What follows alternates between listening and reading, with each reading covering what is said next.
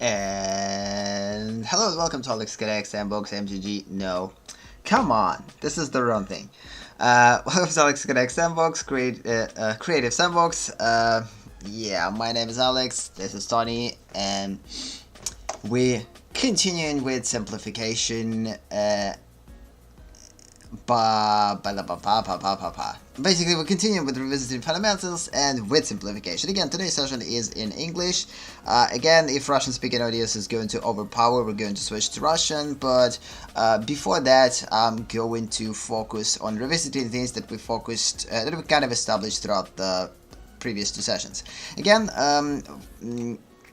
it's a bit like I made a little bit of changes in the schedule, so from now on I'm going to stream Russian streams during the weekends, and now English streams are going to be on Mondays, as I said in the previous session, English session, I believe.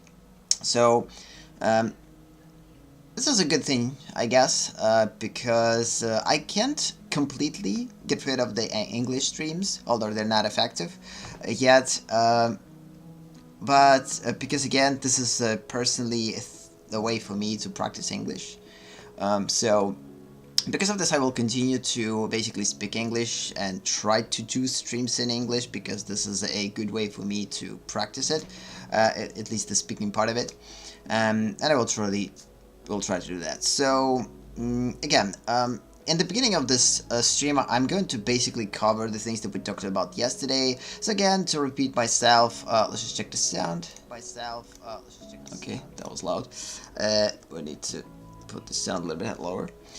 So yeah, to repeat myself, we almost finished with basic primitives, or not with basic primitives, with non-organic elements. So basically, I decided to separate them into solids and softs. Again, solids, it's something that's like motorcycles, headphones, and cups.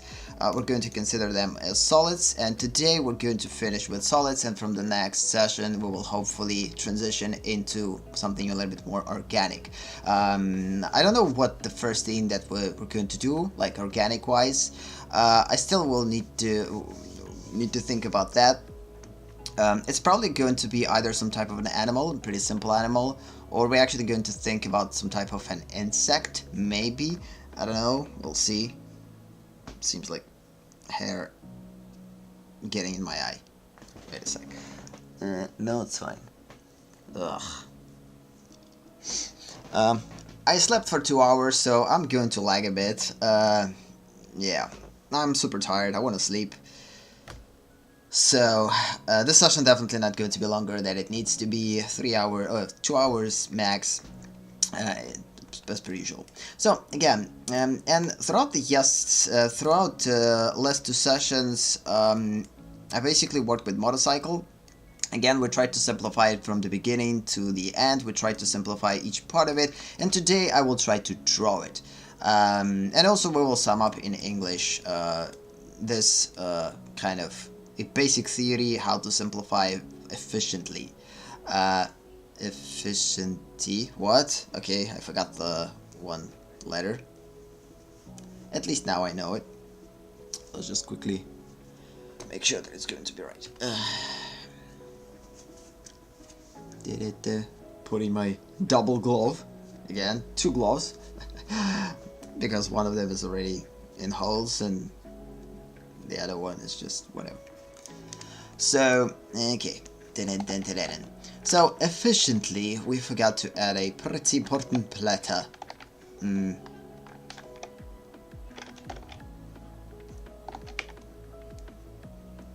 Efficiently. Yep. So yeah, how to simplify efficiently. I will quickly talk about this. First thing that we need to focus every time that we're going to attack simplification. Again, the whole point of this is to make sure that every time that I'm going to go through the stages, for the brainstorming stages, not to focus too much on function, proportions, and details, which sometimes when you work with believability, you will basically run into. So your brain automatically goes into trying to depict things believably, which is not necessarily a good thing for the artist, because it's not gives us the understanding. Because believability, as we know it, it's pretty complex. If we're going to talk about the believability and we're going to break it down, what makes the subject believable, depending on the complexity of the subject, it could vary. If we're going to talk about the human form, of course, here the complexity of the human form makes believability super complex too. In order to make a human form believable, we need to think about the function. We need to think about proportions. Yes, we need to think about details. But it's much more like the function in this particular method instance with the human form will become even more complex, because if we talk about function in the human form, again, it's the movement, it's the dynamic of the movement, it's the how muscles are working, how skeleton basically works, how they are work together, how they support each other or contradict each other in certain ways. So again, there's a lot of complexity to it, and although I break these down to three basic things when it comes down to believability, it's function, proportions, and details.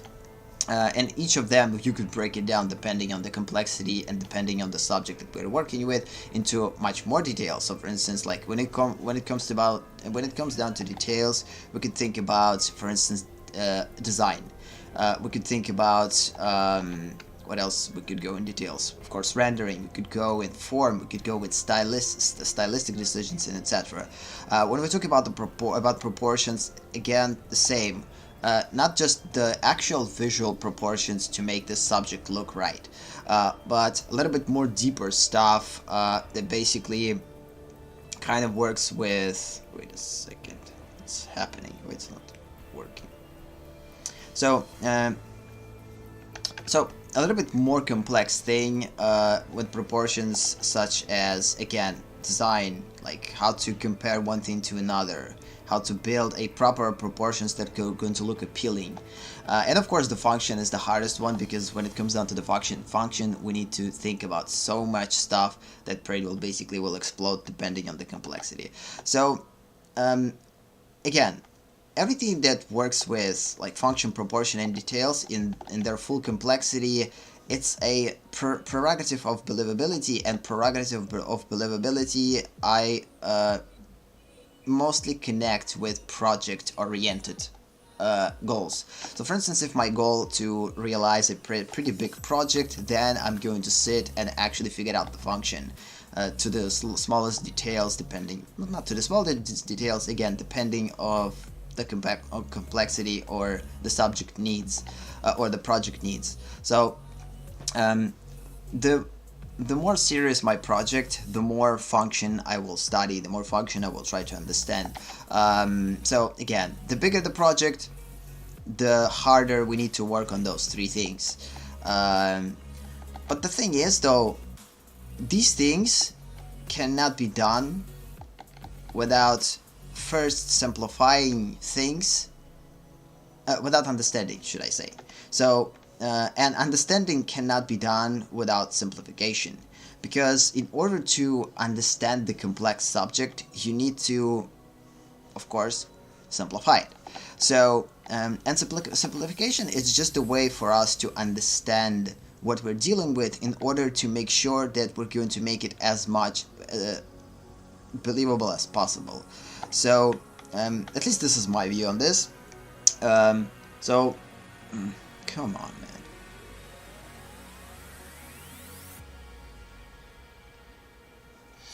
man. So in most cases, this is why I'm doing this. So this is the reason why I decided to depict this thing, like how to simplify efficiently, is because every time that I'm going to deal with studying some type of a subject, I'm usually going to think about in terms what I need to do with the subject. Should I study it for the purpose of just studying it and understanding the subject in its simplicity before applying it to the project, or like should I even consider the fact that I'm going to integrate it.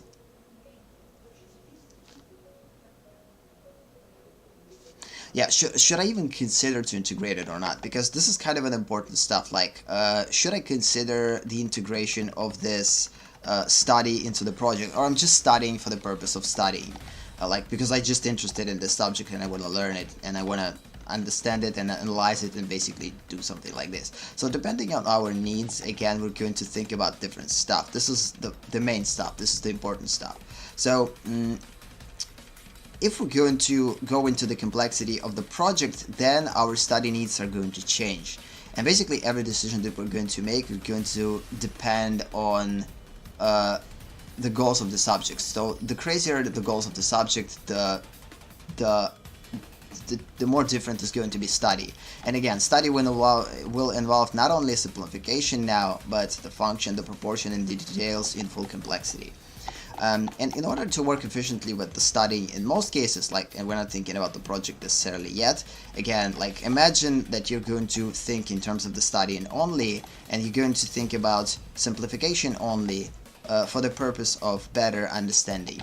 If you're going to just take these two things, you will basically start to understand that you need to fill some kind of missing pieces when it comes down to the efficient way of simplification, because again, depending on the complexity of the subject, we could attack it differently. And this is something that I figured it out once I start to work with motorcycle. I didn't know how exactly like attack certain elements of the motorcycle. Like, certain elements were pretty simple and clear, such for instance these things. Again, these are just the simple cylinders. These things were relatively simple. Like, I just decided to make them simple cubes. So yeah, basically make something like this. So again, I had a lot of things to, like, a lot of questions to answer, and asking the right question was the important thing for me. And for me, asking the right question is like, how should I attack these problems? Not just like draw by looking at this, like draw by eye, as they say, but actually analyze it and try to understand how it works, how it basically constructs, and how to simplify this construction in order to basically realize it simply in every possible angle that I can. So and for that I established some type of a way of working with simplification again. So let's just go through, again, I'm not going to explain it well today, my brain is not working well today. So again, let's just put them into 5 categories, or to five basically points. So the first part is basically you need to understand the type of subject, because depending on what you're working with solid or with soft, you're going to attack it a little bit differently. The different way of attacking in most cases are going to reveal itself in the second stage. If you work with solids, in most cases you're going to attack them as regular primitives. This is the exact thing that I did here. I decided not to make things too complex, and I truly started every part of this simplicity from a basic cube, and then I just basically like created points, made slight changes, applied wired cylinders, open ones, closed ones, and in result I got the proper simplification, which will help me to recreate this motorcycle from every possible angle, which is a good thing. By the way, let me launch one thing. Yeah, works good. So this is when it comes down to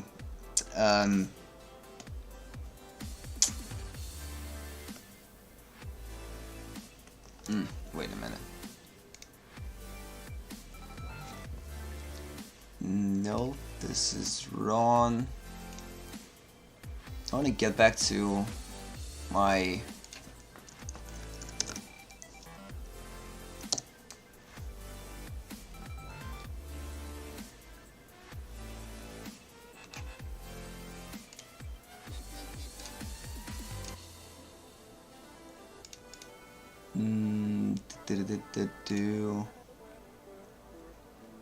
Oh, I actually deleted it. Whatever. I wanted to look at more reference with motorcycle, but it doesn't matter anymore. So So again, I decided to simplify this as much as possible. So again, in terms of the simplification, in terms of the attack, like how to attack this simplification if we're working with solid, in most cases if we're working with solid, it's much easier to attack it as just a regular cubes, cylinders, and spheres, because it's actually will help us to recreate it much quicker, because like supposedly as artists, we need to understand how to work with these basic primitives, and if we're not able to work with cubes, cylinders, and spheres, we're lacking in the fundamentals. And again, getting back to what I'm basically getting this from is this is the first thing that we worked with, like cubes, cylinders, and spheres. We figured out, again, to repeat myself, that the cube is the base thing. Then we can recreate a cylinder from the cube. Now we are integrating ellipses. So learning how to work with cubes and integrate ellipse inside of the cube by using ellipses, we will learn how to integrate sphere inside of the cube based on ellipses that we learn from the cylinder. So again, there's a pretty distinct connection in all of these things, and the other things is just modifications, like how to modify these primitives, which we will get to in a couple of things. So after we will establish the attack, again, if we're going to work with solids, in most cases we're going to attack it as primitives, cubes, cylinders, and spheres. Sometimes we depending on the complexity of the solid, because some solids could be complex. So for instance, if we're going to look at the car in some places actually has some level of complexity to it. So you not necessarily will be able to simplify this part, for instance, that much. Like, you could think about it simple, and you probably will attack it as simple as possible for your convenience. But again, if you will stick to believability, then you might actually kind of not listen to yourself necessarily and start to overcomplicate stuff. So instead of just like picturing this part as, for instance, a, I don't know, cylinder, which we could do, and then connect them together, then connect the cylinder with like a straight line or something like this, then there's going to be a cylinder there too, which we're not going to see that much because it will mirror it. Then we're going to create some type of a how would I say it?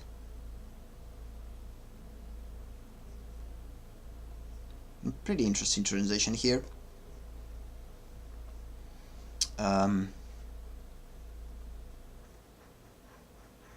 So this is the place where it basically gets complex, a little bit more complex than I would want to.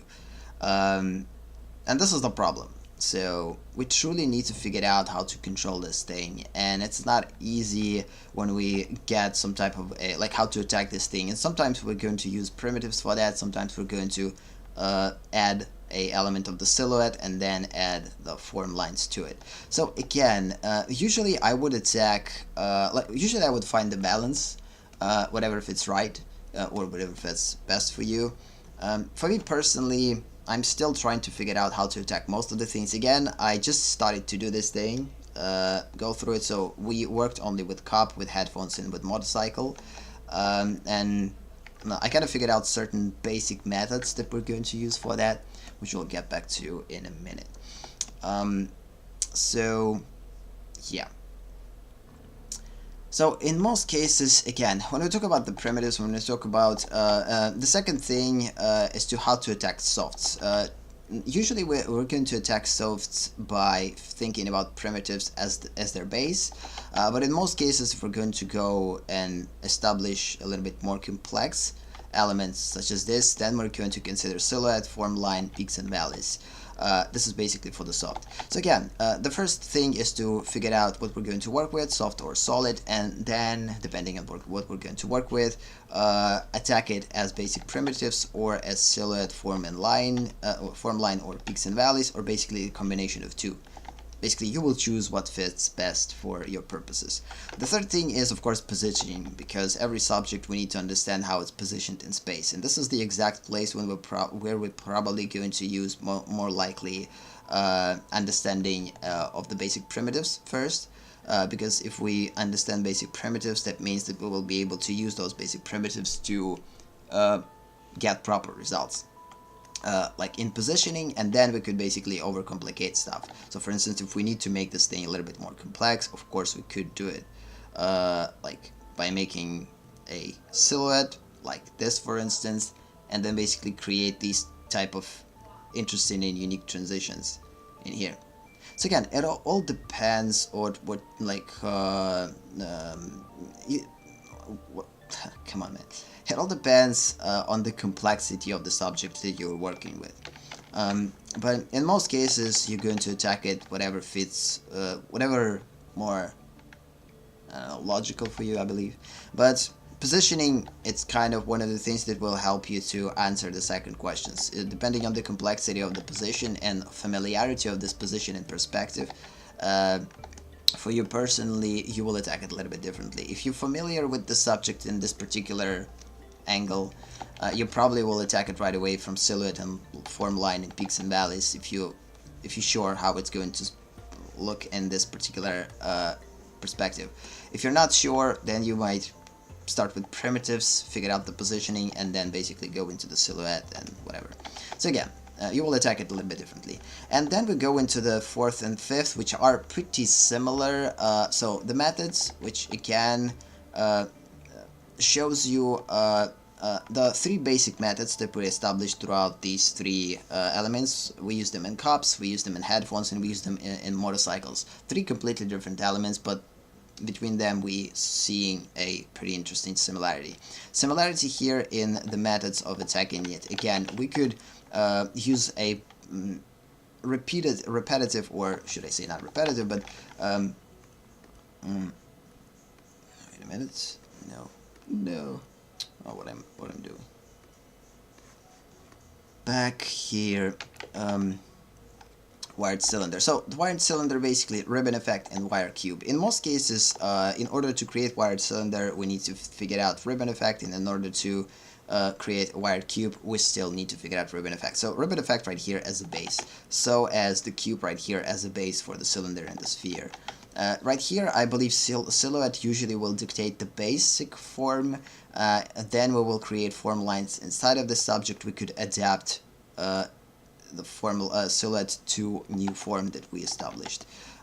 So I actually showed this right here. So again, we could start with a regular primitive, and then if form inside will create interesting transitions, we might basically adapt the silhouette to the form that it makes.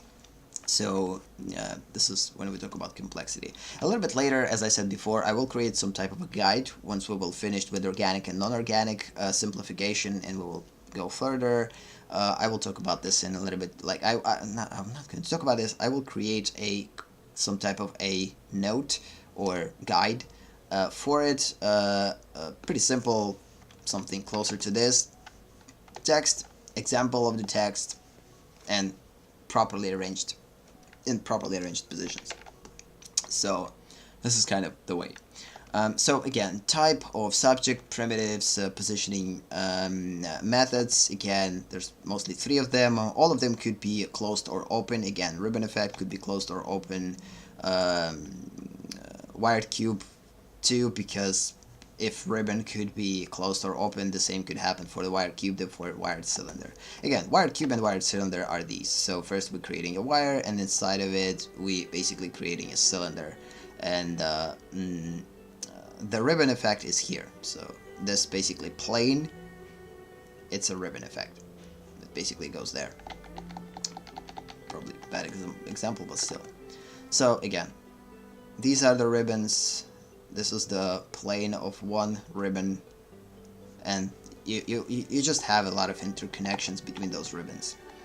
Okay, so I almost finished talking, and then we will just get to drawing after a quick break, because I need a sip of water or I'm just going to die. Okay. So again, wired cylinder, closed, open, wired cube, closed, open, and of course ribbon effect, which is the most important, because based on this ribbon effect we will achieve most of the kind of complex solutions.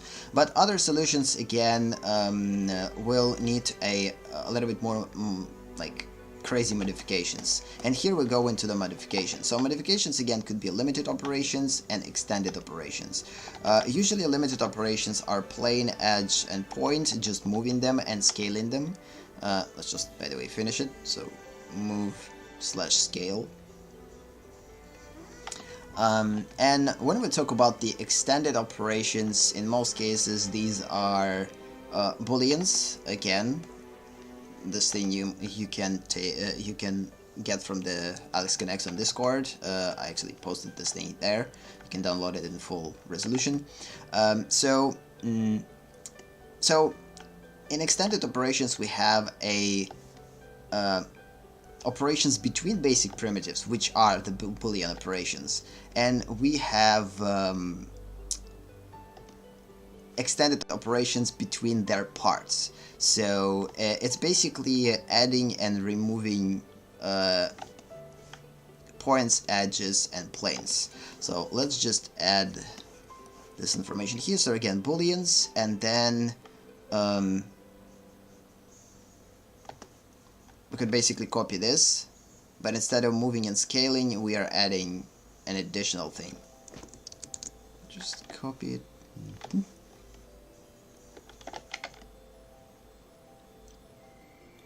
I kind of forget about this one yesterday. I don't know why. Got distracted. So yeah, booleans, plain, edge, and point. But plain, edge, and point, we're going to work with them, not moving and scaling them, but instead we're going to add and remove them. So again, if you want to add to already existing cube, for instance a plane, then you're just adding a plane and connect these pieces together. If you want to add an edge, you're adding an edge, then connect these pieces together. If you want to add a point, you create a point and you connect those pieces together. If you want to remove the same thing, if you want to remove the point, you will remove the point and you will get certain result by point removal. If you want to remove an edge, you will get the same result by removing an edge. Of course, in order to do that, you need to have a basic probably knowledge of working with 3D, because like one of the things that helped me to understand how to do this is basically a 3D, because I know if I'm going to remove an edge in 3D, these edges will disappear and we will get a regular plane. Not right away, it's going to be a hole that we need to fill with the polygon, but it's still, yeah, the same goes here. If you want to remove a point, we're just going to get a hole here, then we're going to make this whole field and we get a proper result. So again, Boolean operations, it's again connection of the connection between multiple basic primitives. Again, we're going to consider on the cubes, cylinders, and spheres as the basic ones. The other ones could be achieved by simple operations, moving, scaling, and between points, edges, and planes.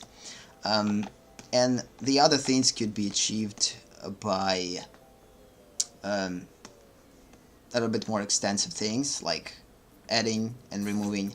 But again, Boolean operations is something like unite, so combine two pieces together, subtract, basically subtract one piece from another, and intersect when you create an intersection between two of them, like subtracting everything that they are and thinking about only thing that they produce by their intersection. So this is the exact modification, and this is the hardest part. This is the most complex part, I believe. And again, I will talk about this a little bit later, but for today I guess we're finished with talking, because again, I'm not going to be able to talk for that much. I believe I will still continue to kind of talk about something in this conversation throughout the stream, but it's not going to be super extensively. So let me take a quick break, like maximum 5 minutes, and after this break I will basically continue with trying to actually draw this motorcycle, and this is going to be our kind of wrap up element of non-organics or solids. So before we will move on to the softs, we need to finish with solids, and I believe I need to try to draw this motorcycle using all these basic primitives that I established. It's going to be a hard one because again there's a lot of pieces and you need to understand how they connect together. It's not going to be an easy thing to do, but again, nothing in artist world is easy, so yeah. Again, I will be back in a couple of minutes. See you in a bit, and yeah. And for now, I'm just going to keep this thing in the full kind of mod. That's it. So yeah, I will be in a couple of minutes. Enjoy the music if you like it or not. So I will be back in a couple of minutes.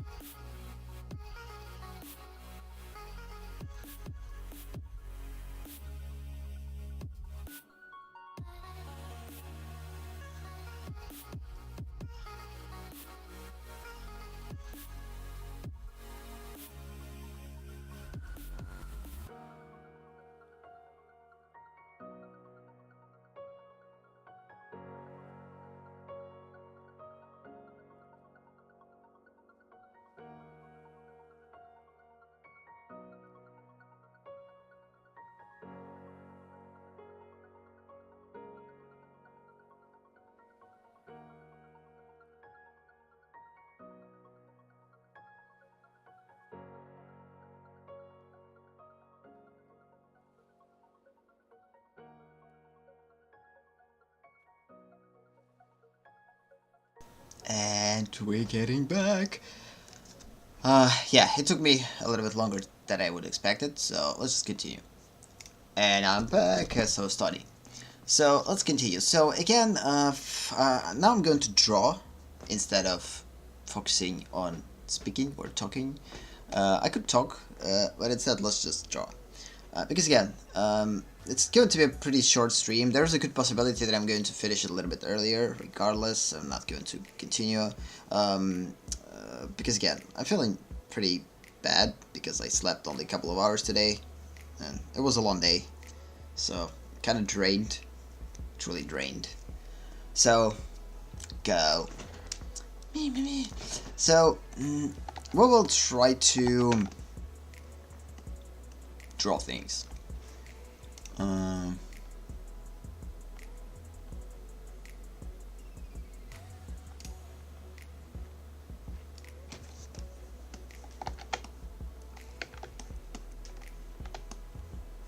So we'll try to draw this motorcycle. So let's just quickly go through the details, go through the whole like structure of the motorcycle, what we need to start with, what we need to continue to.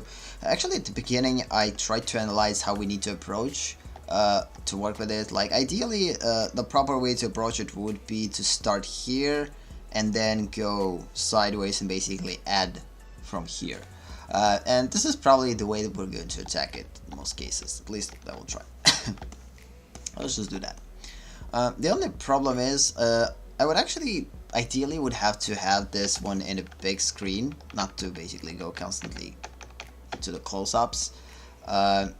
Because of this, it probably could be a good idea to draw this motorcycle in a small, kind of, not like draw it right here, as I would usually do, but actually draw it here, and this space will save a little bit more space for us, I believe.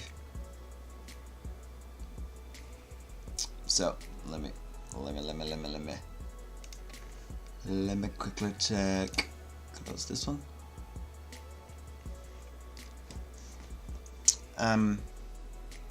Yeah, let's just try to draw this one because again, I don't want to focus on super detailed like motorcycles. So because of this, I want to make sure that things a little bit quicker. So approximately, we know that this motorcycle is going to be somewhere like in, like again, first thing we're talking about the positioning. Again, we will try to go with these elements. So first we're going to go through the type of the subject. Now we established that this is a solid. Now we're going to go through the primitive again and positioning. In order to position it proper in space, we're going to basically use a basic cube. And from now on, we're going to in most cases use these methods to simplify them as the base, and then basically add a little bit more methods to it, like wired cylinders, ribbon effects, and wired cubes, so such as modifications. But first, some of them I'm going to draw from my head. Like I'm going to analyze the, I'm going to work with methods and with modifications inside my head, and right away we'll put the result here. But first thing, as usually, it's positioning and primitives that are the most important. Let's just do exactly that.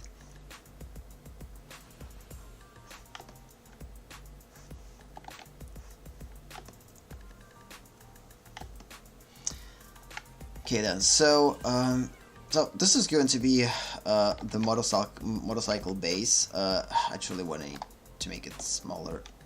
I don't have enough space there.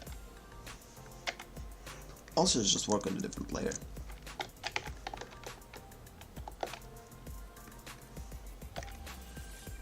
Just make this one smaller and place it somewhere here. It's not that important. This here, could make it smaller too. Oh no, we took a little bit of a ribbon.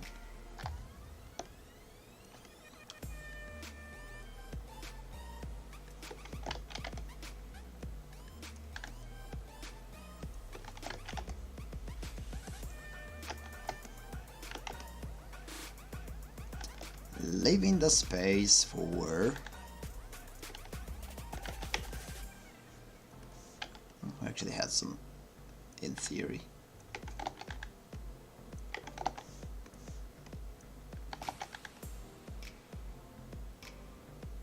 Actually, I could delete this one. It was just an example. It's not necessary.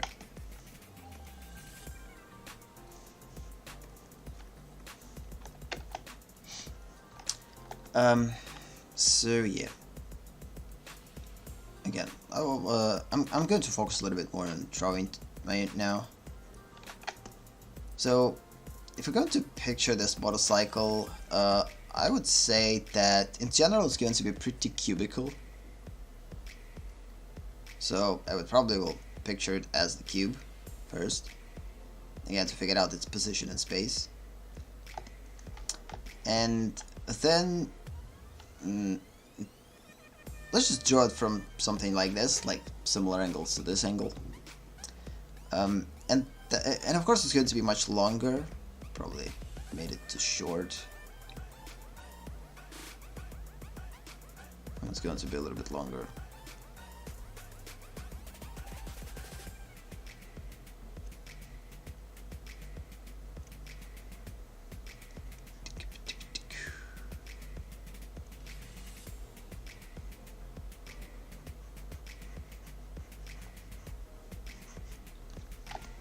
This is supposed to be 100% right. It could be a good thing to create segments of the places that we're going to use. For instance, this segment we could think as a back wheel. The segment here we could think about it's a little bit smaller as a front wheel. Let's just like imagine that the front wheel is going to be here. Back wheel is going to be here. It's a little bit bigger. It's actually going to be slightly higher. So because of this, we might actually think about making this cube a little bit bigger too. Like extending it. Or adding another one on top.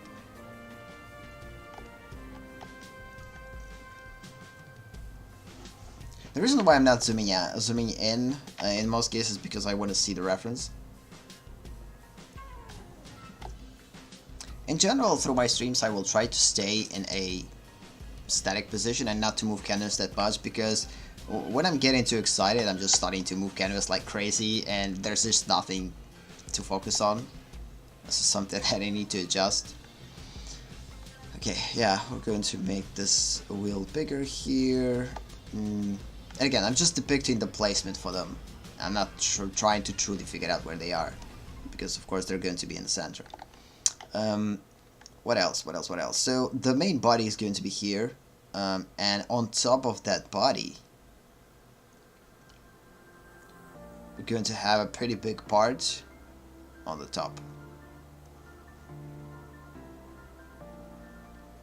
We could actually kind of modify it slightly, like draw it like a car. It's pretty funny. Not.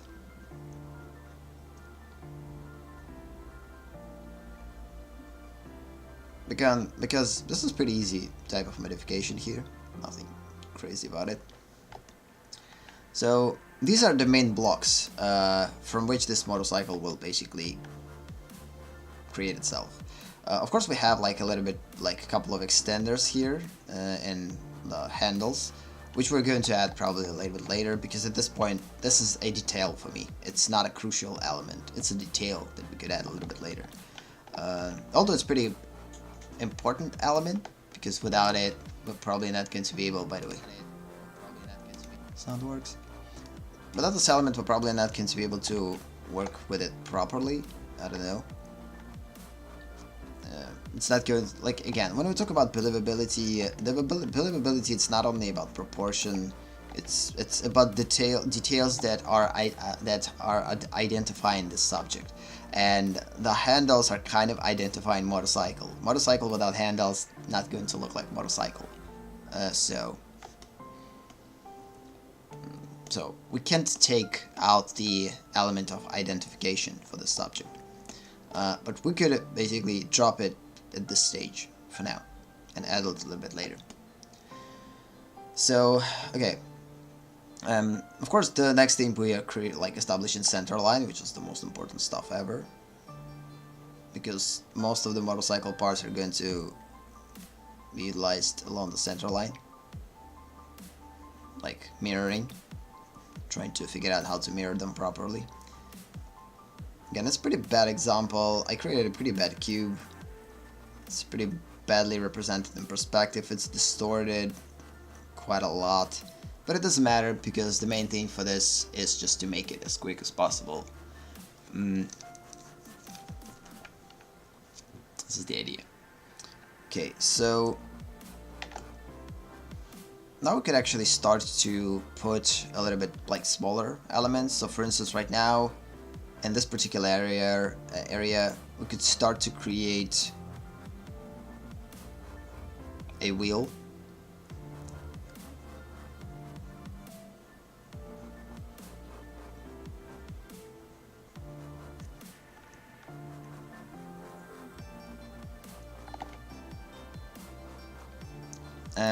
And by the way, you can notice that I'm not drawing it from the actual reference pose. I mean, I'm actually drawing it from kind of a top angle. It's not necessarily the, like, we don't have any, like, examples of this type of angle anywhere. This one pretty similar, but it's actually going to be a little bit different. This one kind of from the front, this one from the top, this one almost directly, this one a little bit down, this one a little bit down too. So, regardless of that, small center lines, just to know where the cylinder is going to go. This is not going to be necessarily a cylinder. What I'm creating right now is it's going to be an ellipse that will represent the wired cylinder. Just imagine that it's there. And it's going to be a closed wired cylinder, talking about methods again. Method that we're going to use is going to be a wired cylinder. And what we're doing, we're creating a wire and then figuring out what type of wire it is. It's closed, and since it's closed, just putting a cylinder inside of it. First, it could be a good idea to create a ribbon effect, and we actually kind of already created a ribbon effect by establishing a width. So we know that this wheel is smaller than the one that on the back. The one on the back is going to be probably something like this, and this one probably going to be something like this. So we're creating approximately similar width, and connecting those pieces together by creating a ribbon.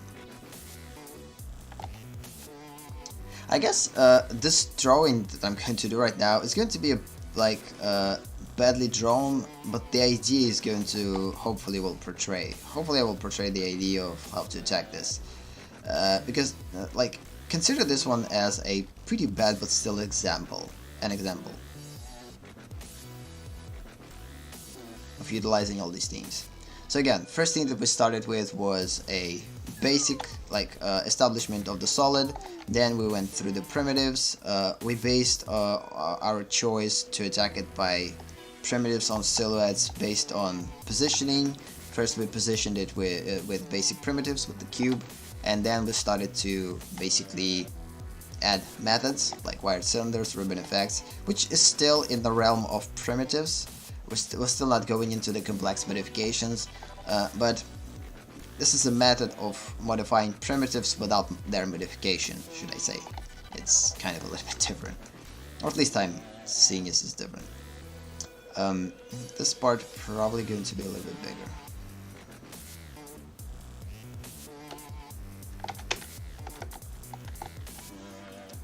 Let's say for now. Oh damn it.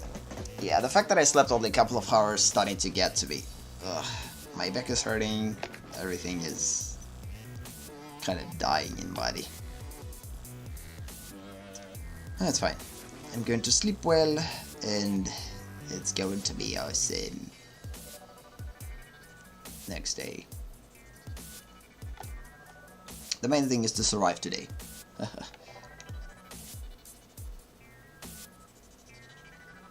Again, ribbon effect.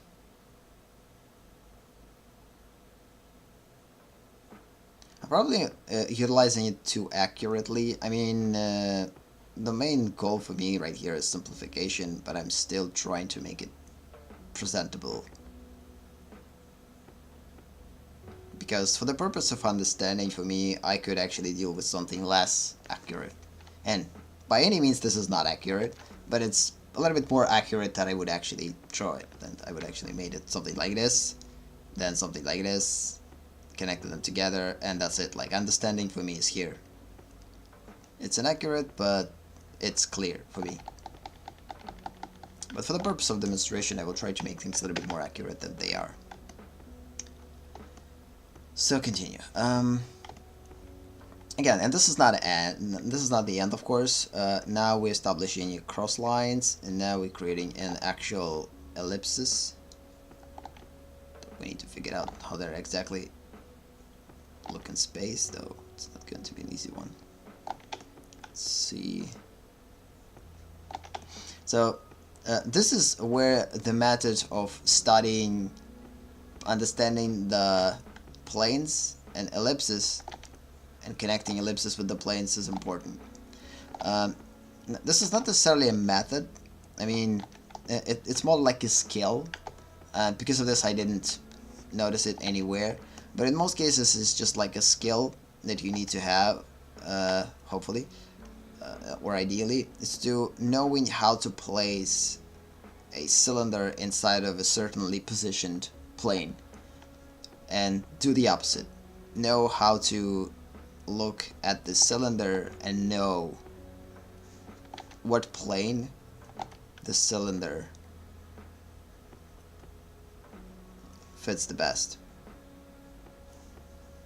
And for that, I guess you need to practice, because there's no like 100% true way to understanding how exactly they're going to do, or how they're going to be created.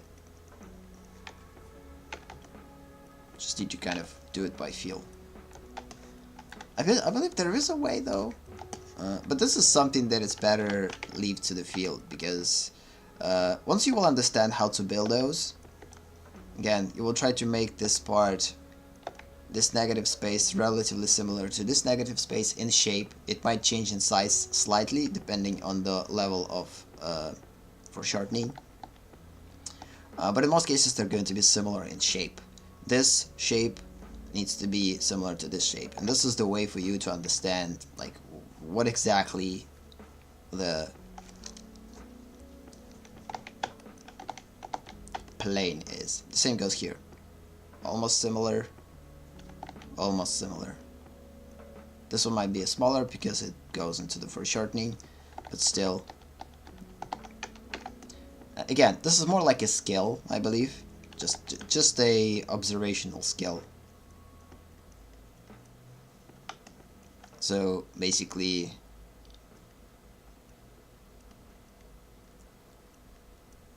cylinder plus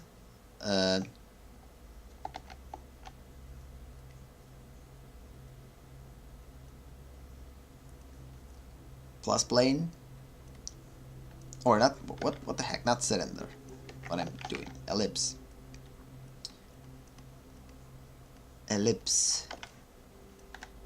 plus plane, and right here we're going to have, of course, plane plus ellipse.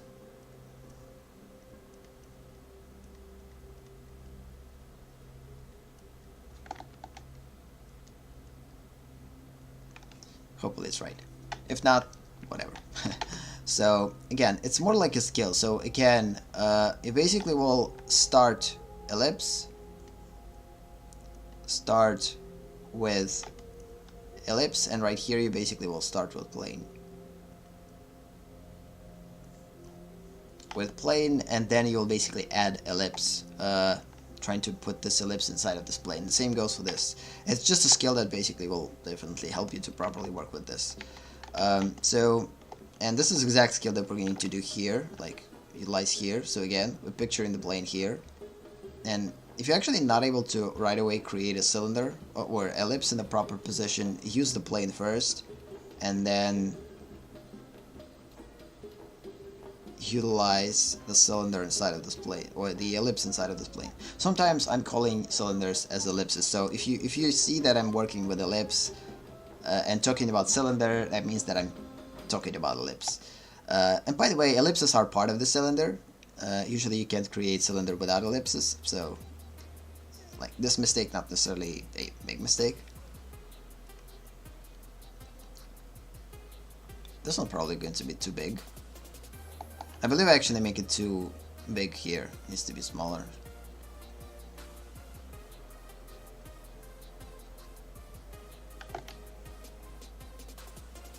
So what I'm doing right now is just basically creating one of the examples. I'm probably not going to draw all motorcycle, the whole motorcycle. I'm probably going to just slowly, kind of moderately slow, like we'll try to represent all methods that we talked about. And then either outside of the stream finish the rest, or during the stream quickly draw the rest like as a sketch. Not like thinking about construction. Super unaccurately, I would say. We'll see. It all depends on how I'm going to feel. Yeah, this is the exact problem, yeah. Kind of made it quite a big mistake. We shifted this thing too much. It's not going to be that far.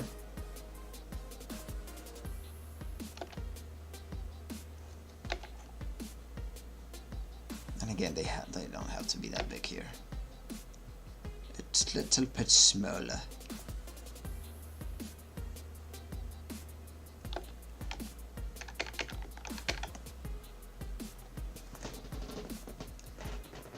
So,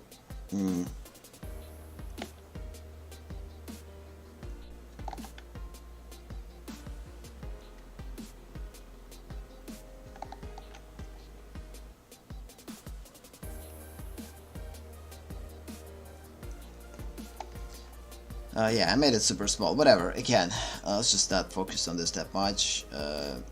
The whole thing is like, again, this is where proportions are important. Again, I'm not thinking about proportions. I'm talking about understanding, and I understand how to work with it.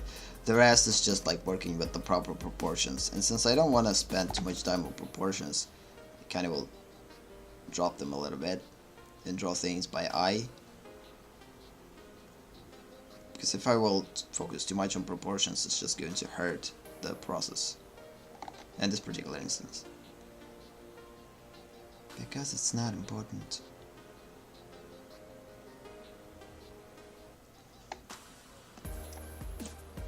So, while I'm doing this, I kind of promised myself that I'm not going to talk, or I'm going to lose all my remaining energy.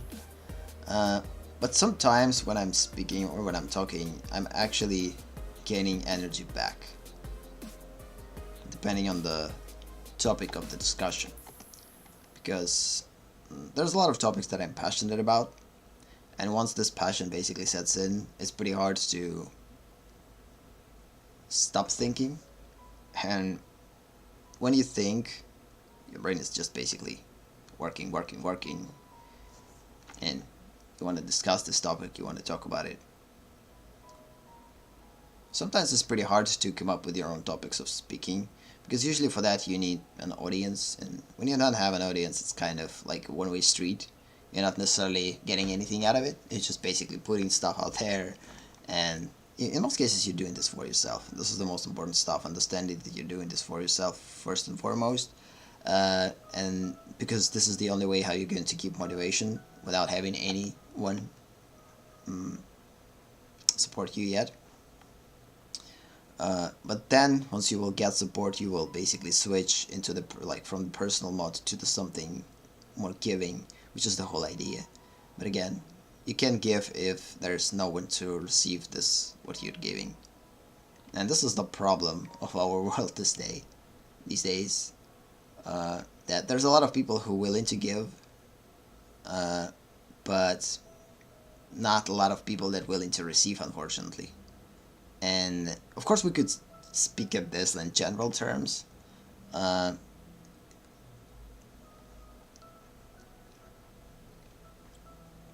I'm kind of mostly thinking about psychology, not the materialistic stuff,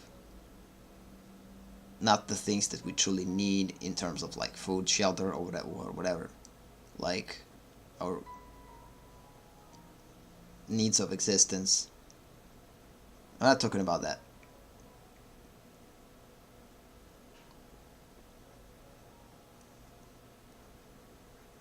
and we're just connecting those pieces together. I'm in most cases I'm talking about like something psychological.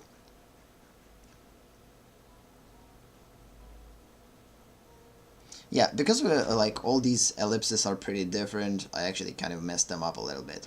Again, it's all about the proportion prerogative. So again, if I would like do this a little bit like project oriented, I would spend a little bit more time on constructing this properly and etc.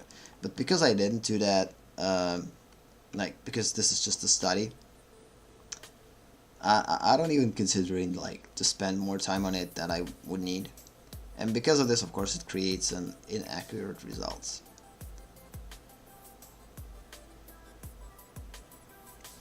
Let's just imagine that this is a kind of a first wheel of our motorcycle. Again, it doesn't have to be super accurate for us personally. So again, this is the way how we utilizing a. Again, first we utilize basic primitive to understand the positioning in space, and the second thing that we did is basically we figured out the methods and we ask ourselves questions about like what type of cylinders we're going to use. So based on our analysis, we figured out that the wheels we're going to perceive as closed wired cylinders. We figured out that basically going to use basic levels of modifications to do that. But again, we still use the basic primitive for positioning. And we're probably going to do the same for softs. But again, for now we're sticking on solids and we're sticking to the simplified elements. And again, as I said previously, these methods like wired cylinder, ribbon effect, and wired cube, they are kind of an extension of working with primitives, because in most cases they are primitives, if you would think about that. Except probably the ribbon. It's a true part of the primitive, such as an ellipse, by the way. Like the ellipse is a pretty crucial part of the cylinder, so as the ribbon, if you would think. But in most cases, they used as a constructional line.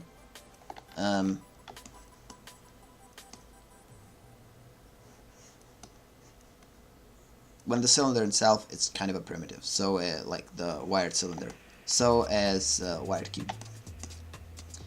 So let's continue. So the this wheel we're going to draw the same way. Again, we established our center line, so this wheel is going to be much bigger. So again, quickly. Again, it's going to be super inaccurate. I don't have a point in accuracy at this point. I don't want to spend too much time on this. The whole idea here is to do this quickly, to show the examples, which are going to be pretty bad, but hopefully it's going to be enough.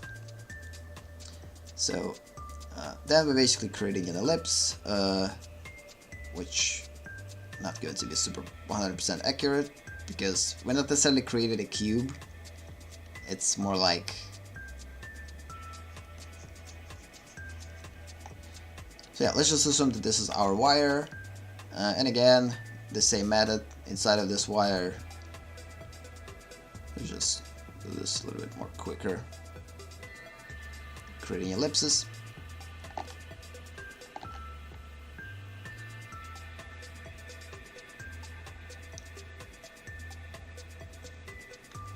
Again, as I said before, in order to draw ellipses and like in a proper position, because like how you will understand that this is a proper direction for this ellipse, you need to practice this thing, I believe.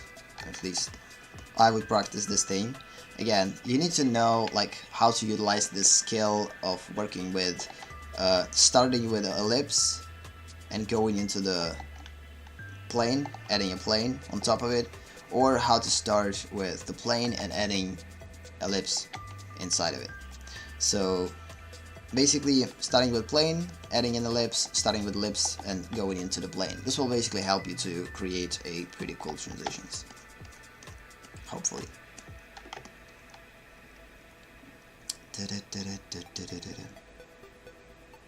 Nothing new about that. I mean, we already did similar stuff.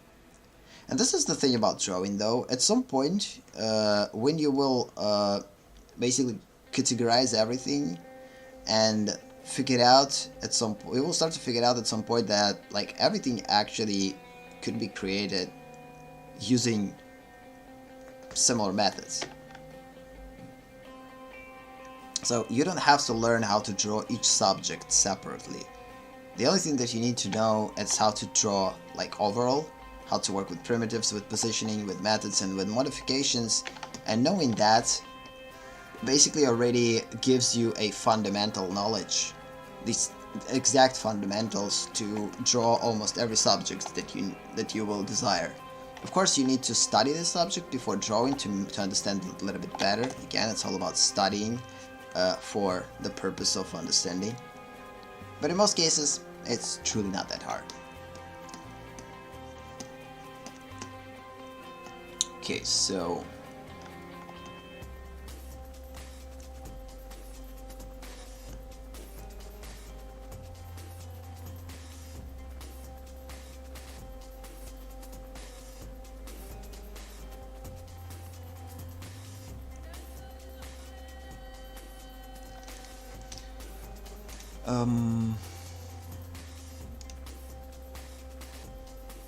one sec.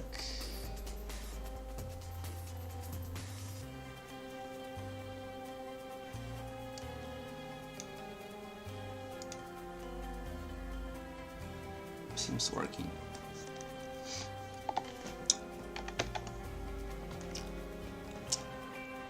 So this is the way that I'm going to approach this stuff. So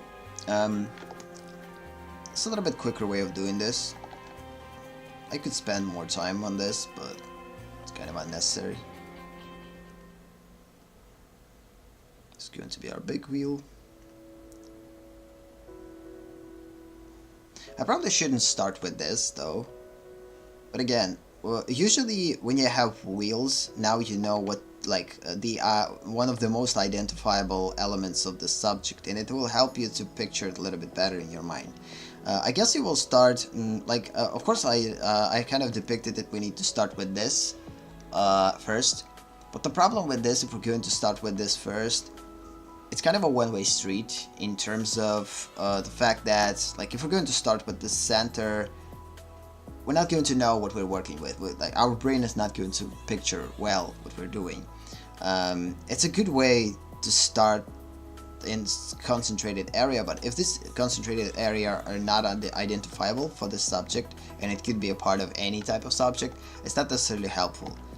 Yeah, so because of this, I believe when we'll start to deal with a little bit more, adding a little bit more details and identification, we need to start with something that basically a little bit more identifiable for this person, for this certain subject. Because if it's not going to be identifiable, it's going to hurt us in the long run.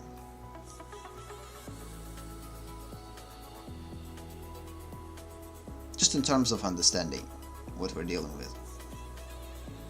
Now I know that these are wheels. They probably should be bigger. Like, I actually created them super small. Yeah, this is my mistake. I probably should make them like crazy big. Whatever, it doesn't matter. That actually matters.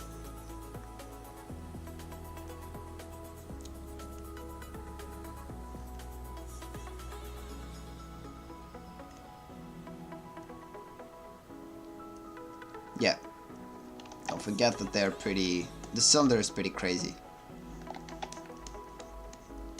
Doesn't look regularly. Like a regular cylinder.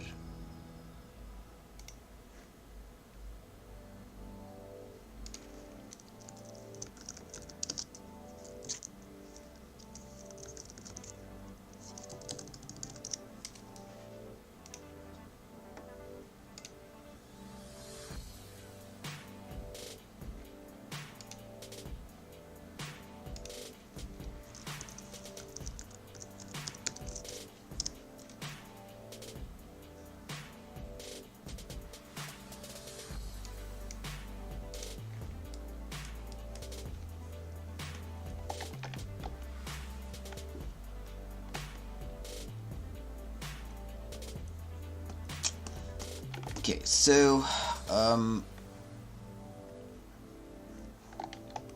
yeah, let's just continue to something a little bit more.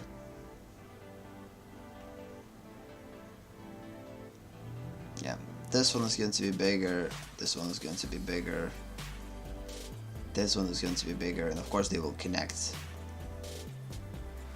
in a different places.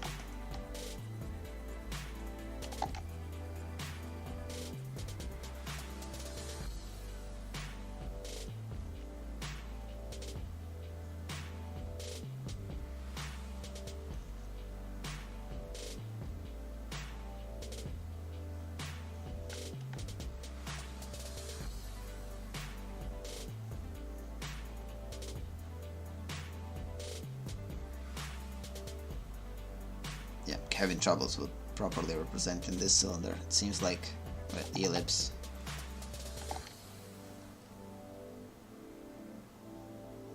And reconnect.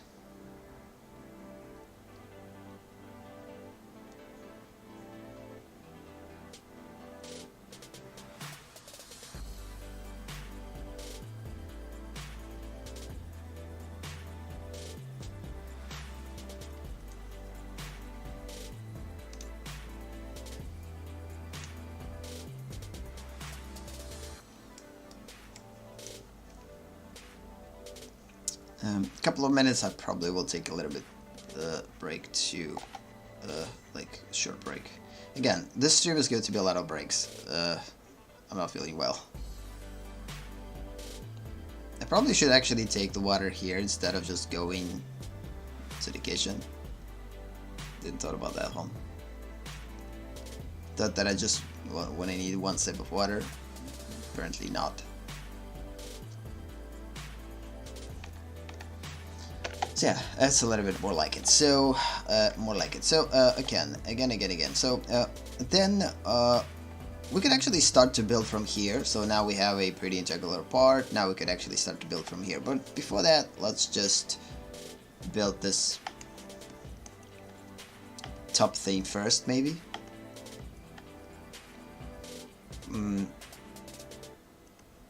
Or not.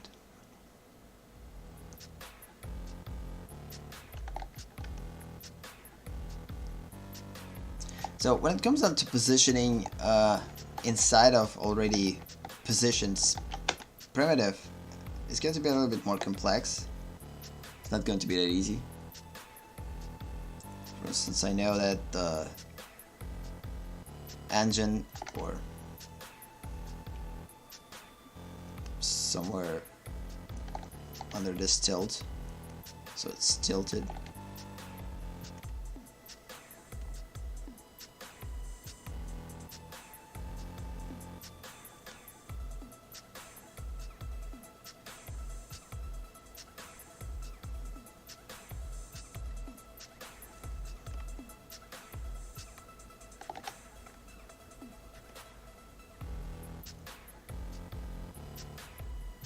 Pretty bad angle for it though.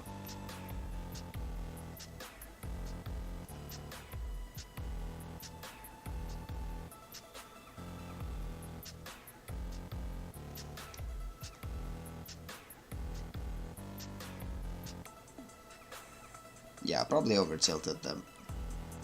Whatever, this is just example. Again, I'm not trying to make things believable.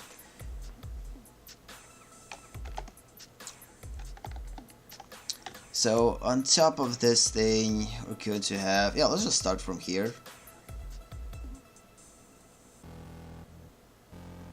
Know that there's going to be a cylinder here. It's not going to be a regular one though.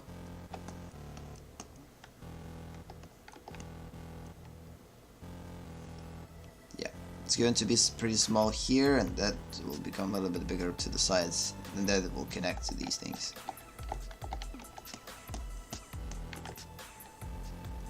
Probably start with center line.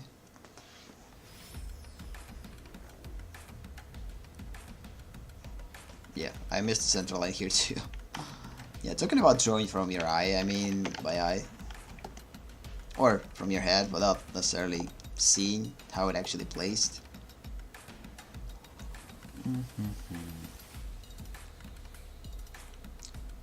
Now it goes a little bit bigger. Of course, we have too many things right now to focus on.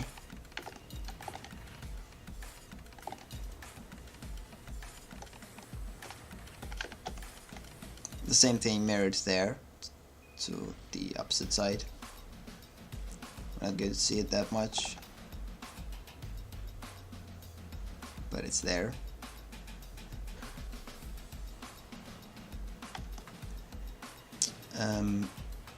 Then of course we have these type of connections that we talked about.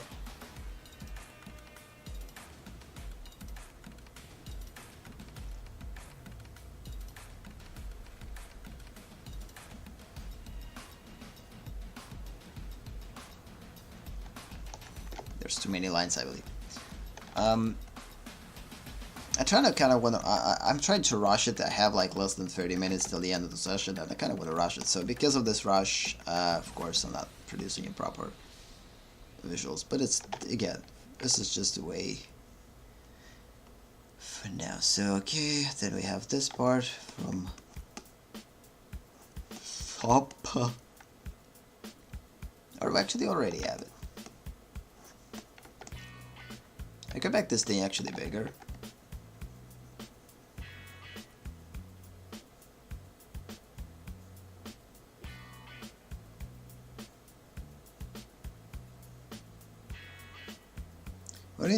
We don't need to create a separate cylinder for it, only for the transition to the other side.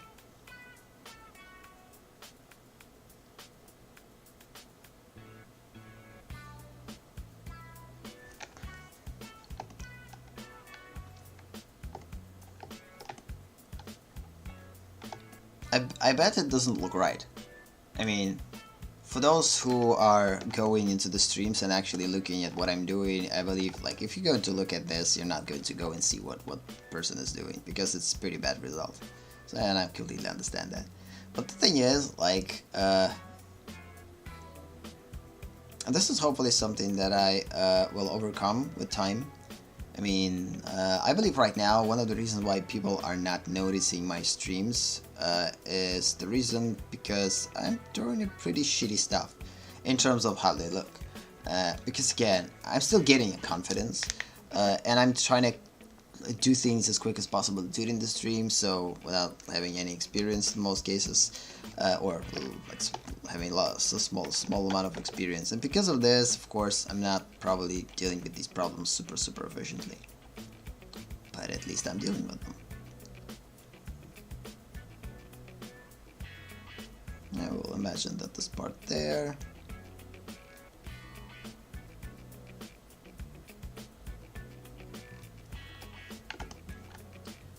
Okay, then we have another connection, and then we have this thing that goes to here first, then basically becomes bigger.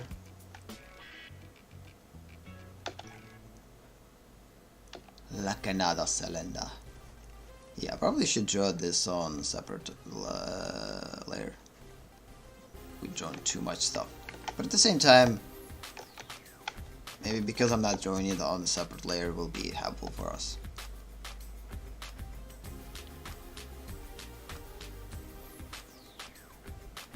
From now on, I'm trying to keep them parallel. Basically, these things kind of have to be parallel.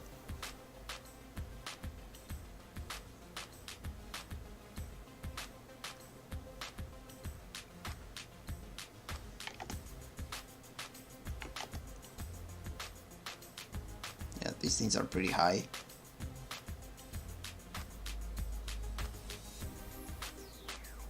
We're not going to see the tops. They're going to go there.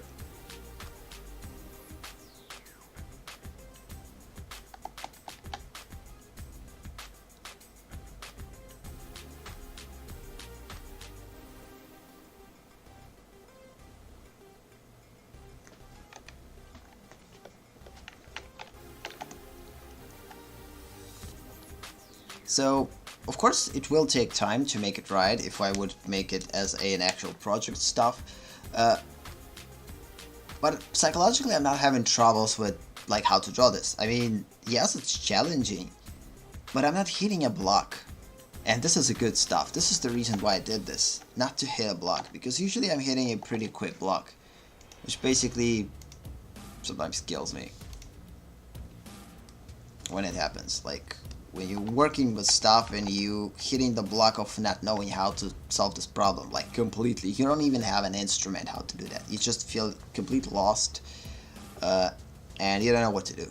And this is the worst part of being an artist, when you know that the line is ticking and you don't know how to do it. Like, you don't have a clue. You're basically putting too much pressure on yourself, because like if you have experience, you're supposed to know how to do this, and if you don't have, if you don't know how to, it's killing you. It's just basically killing you slowly. And I have this connection, and then these things to the sides. Let's just create them right away.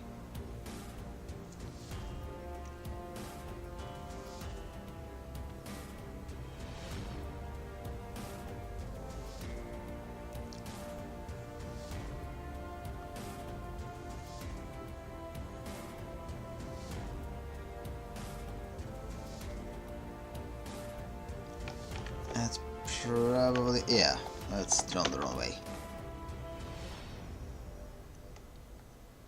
You always need to keep a track of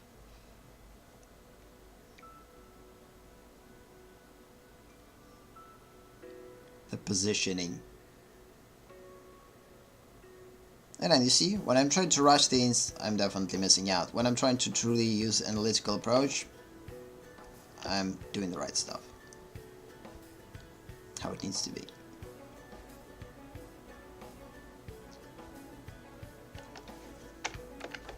Yeah, simplify. It's not important to know what exactly the shape is. The same goes for this. We don't need to know the exact shape, we just need to understand the positioning. Sometimes it's going to be pretty hard to mirror this position to here. It's not easy.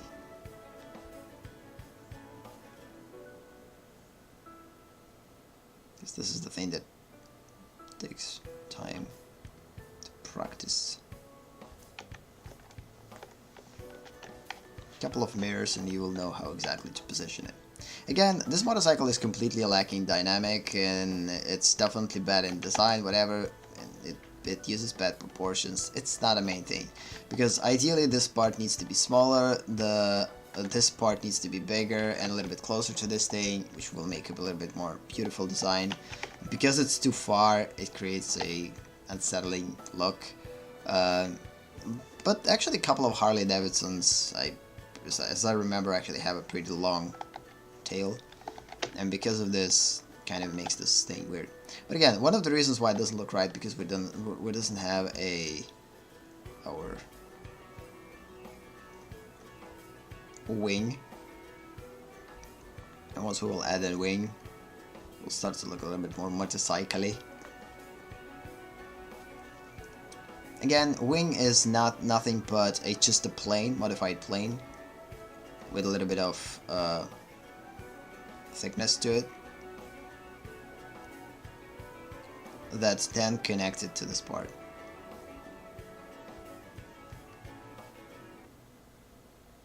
With two more planes.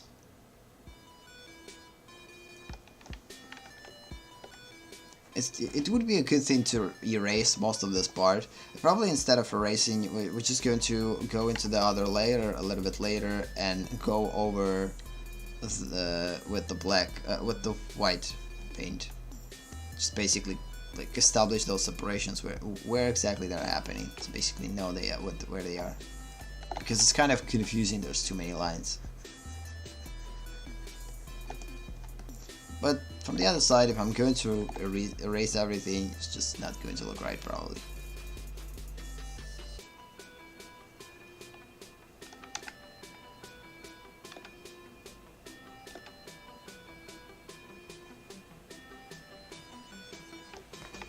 yeah, but at least we're going to get rid of a lot of unneeded lines. So this is something we need to think about, because there's just too many lines.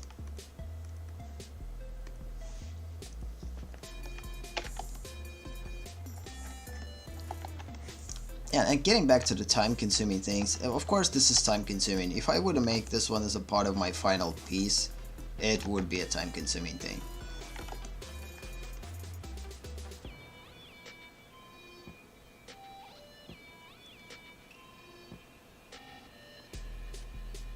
This is the plane, this is the place where our lantern will be placed. Again, we're picturing it as a cylinder that caught by cubes.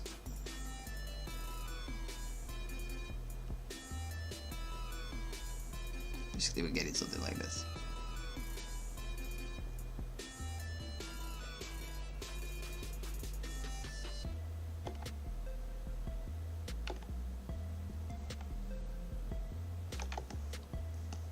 If you would think about the good design, it probably needs to be a little bit tilted.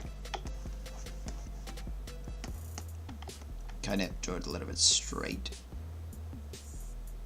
creating a little bit of a tilt.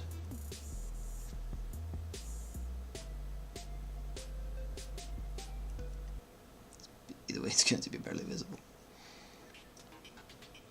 The insides of it.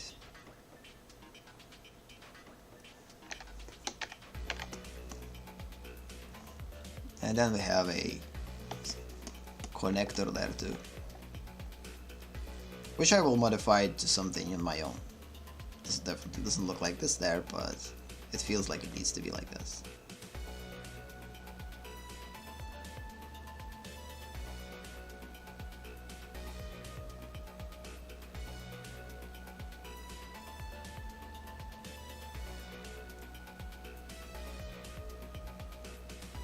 This is, by the way, another ribbon effect with the cube. So it's like a weird wired cube. Again, I believe these methods are going to be used like everywhere. And now we need to create a big like primitive from that and then break it down to the small ones. I tried to make with like just small ones right away, but again, it seems like there's no concentrated area, so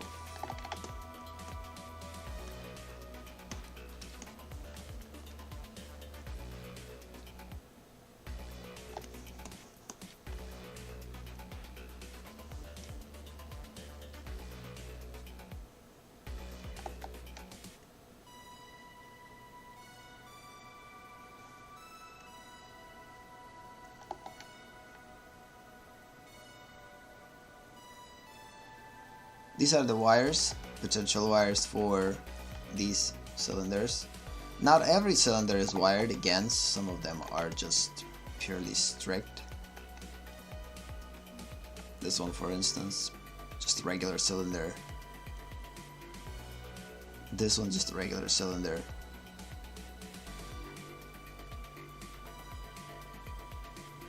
This one's going to be a little bit wired. So is this one.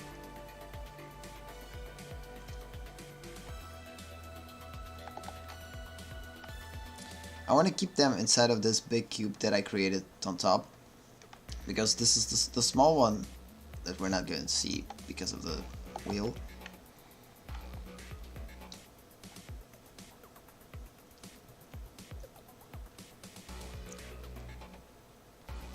And by the way, in space, they're going to change. So now we're basically moving them in space towards closer to each other. So this is kind of using inside of the cube, but then it's just basically moving those points inside. So like imagining, like this part is going to be probably straight, the way that it is. This one, instead of going like this, is going to go a little bit inside, so it will project, translate a little bit inside. So is the part on the mirror.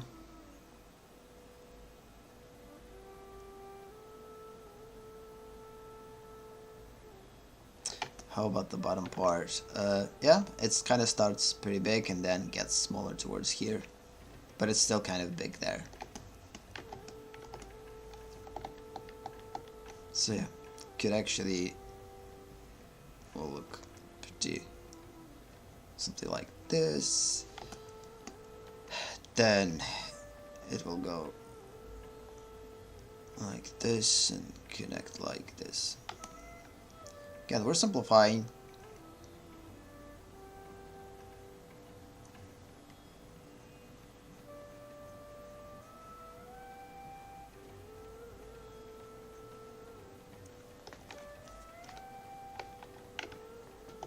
This is probably wrong, but again, I'm rushing. Apparently I'm not going to take a break. We'll see. We'll see. Yeah, we have the big handles.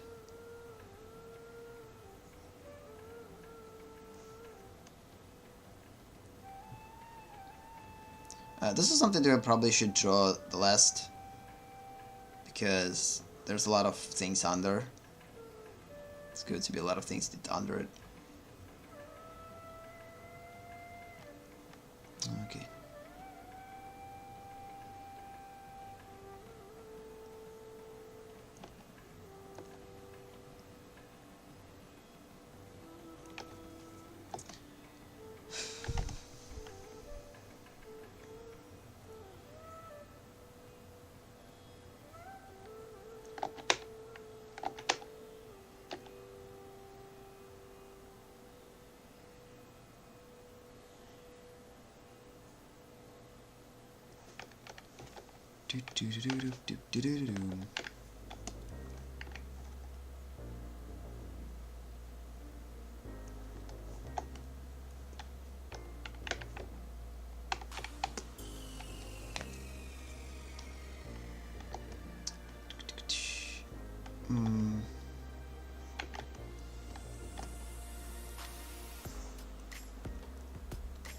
Then we're gonna have this part, which will actually go somewhere here.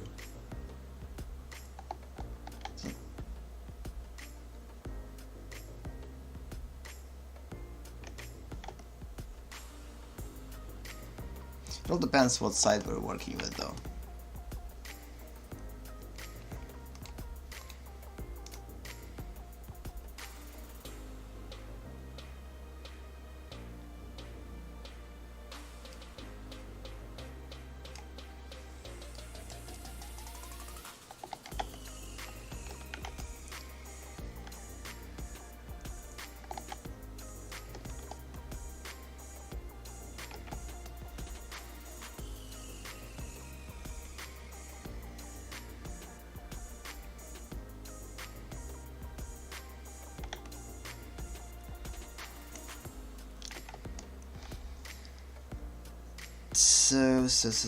So, yeah, today I'm pretty, like, energy level 0. Yeah, let's just take a quick break for now. One super short break. We're going to finish in about 20 minutes, but again, I believe I need this break. I need this break. I'm kind of feeling a little bit down. Ugh. See you in a couple of minutes. Yeah. BRB.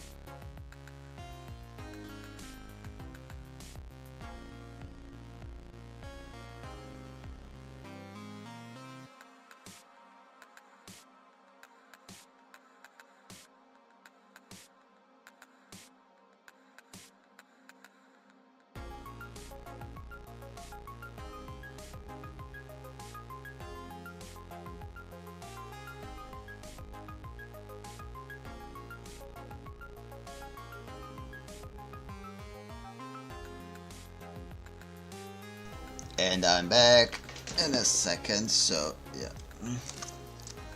Let me.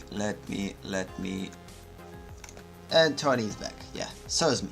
Again, we're almost finishing. I don't know how exactly, like how much time we're going to stream. Again, I slept for a couple hours only. I'm feeling pretty bad. So, because of this, probably not going to be able to stream that much. But I will try to get at least somewhere. Again, today, as a reminder, is our last day with working with on simplification of the solids, or basically non-organics. So for now we're working with solids. A little bit later we'll start to work with softs. But for now we're sticking to solids because solids are pretty important. So where is my head? I need to find myself and continue. Yeah, in most cases it's going to be like this. So I probably didn't approach, like, it's all about how to properly work with a certain subject. Again, I never drew motorcycles that much. I mean, I drew a couple of motorcycles before, but I drew them just by eye, so whenever I'm seeing, this is the exactly thing that I'm drawing. This approach is a little bit different. You need to approach it a little bit much more cautiously. And I truly don't know, like, the base still will stay still the same. You need to understand the type of subject, you need to understand primitives, you need to understand positioning methods and modifications. This will hold true. One thing that will change pretty rapidly, it's the way that you will attack these problems inside of the subject. So it's all about how exactly you're going to personally deal with the level of complexity, depending on your experience, depending on a lot of small stuff.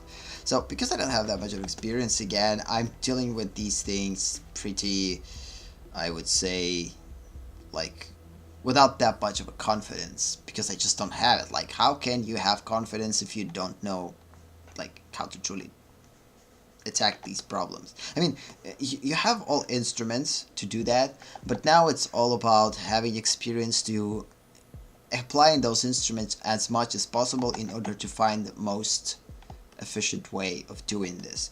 So again, how to simplify efficiently, this is the general, I guess, rule of thumb, maybe, hopefully I will look at this that way.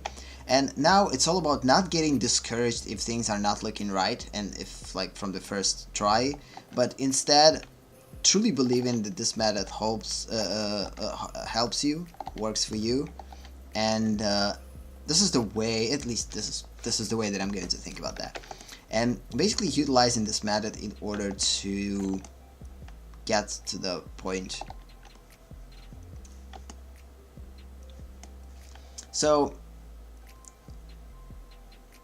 again, I probably shouldn't drew handles. It was a mistake. Probably shouldn't draw these things. First thing that we need to establish is something that's under, and then something that's on top. Because now we drew things on top, and we basically created too many lines, and for our brain it's just too hard to know what exactly things are. It's just too many things. Whatever. Let's just oversimplify it. By the way, this thing is tilted too. This is, by the way, talking about the positioning. This part is pretty crazy, but positioned in a pretty interesting way. I mean, we could look at this as a regular cube and understand how it's positioned in space. When we talk about just one part, it's simple. When you're trying to implement this into something more complex, it gets a little bit harder, and this is the problem. So when it gets harder is basically here. So I know that there's multiple twists happening, and this is exactly where the modification methods will help us. So I know that, okay, we have these points. Let's assume, yep, these points. The first thing that we'll basically try to do, we move those points closer. So just basically moving them closer, and then result basically getting something like this. So now these points are closer.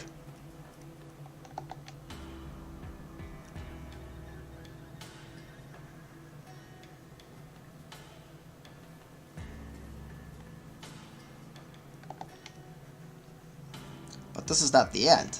Now we need to move them down. And this is something that, like, perform this operation by eye right away is it's pretty hard. Not everyone can do this right away.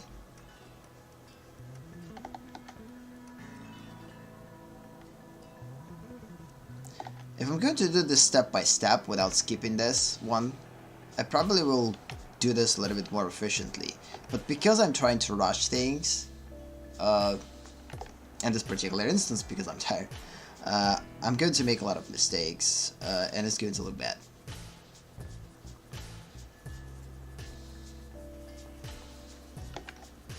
And then erasing the thing that we don't need. So again, it's all about analytical things. Like, again, everything that we need already is answered in terms of the methods. Now it's all about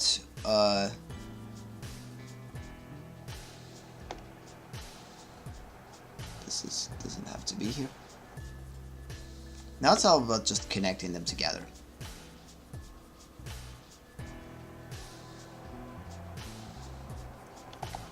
No, this one.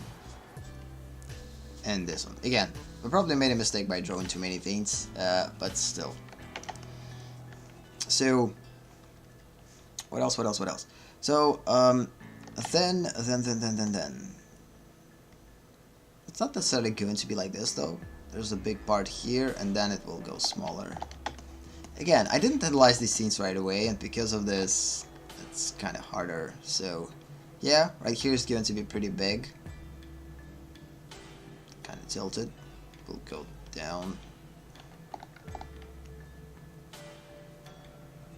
Still. Going to be a little bit bigger here. And then it will become super small.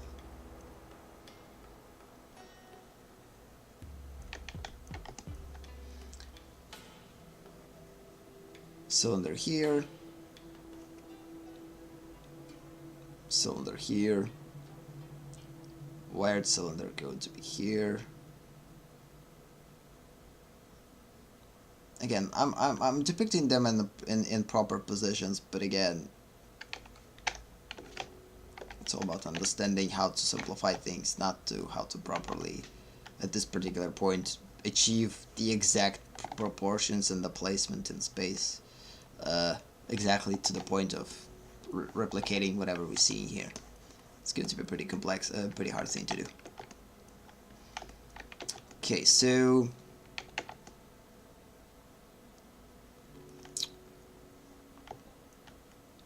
yeah, this is kind of the hardest part, personally. This thing is going to be like this. We're going to have an invisible thing that will go there.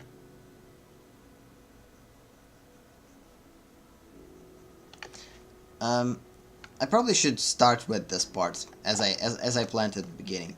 Like, yes, we started with the wheels as a distinctive part to picture it a little bit better, but by doing this, I created too many lines and now it's harder. We could start with this, but then there's probably would be a good idea to separate them by layers. So for instance, like separate the wheels and the things that will overlap into different layers. Again, it's all about the process, and I'm not able to think about the process at this point. My brain just not functioning well. And this thing probably going to be like this.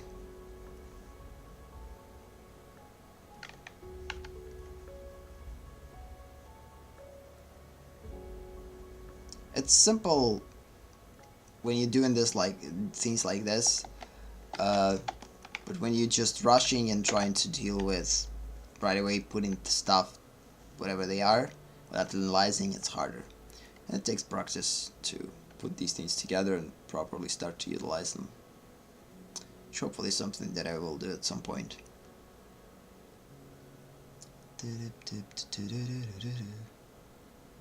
Yeah, we're probably not going to.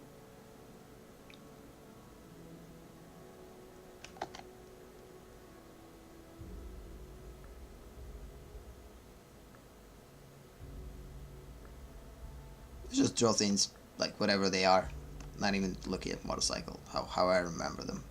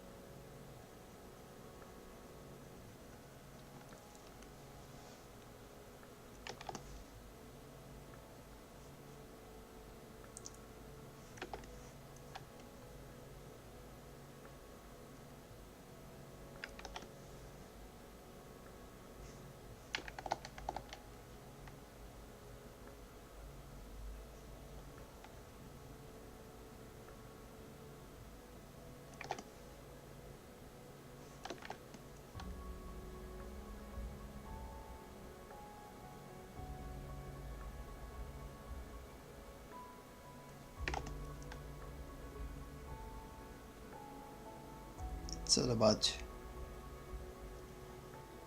trials and errors.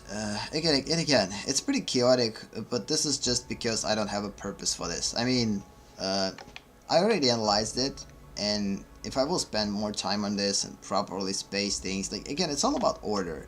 I guess now the question about the order. Like, it's probably the next question that we need to answer. Especially when it comes down to the complex things. So probably what's under first, and it's logical. Under first. On top, second.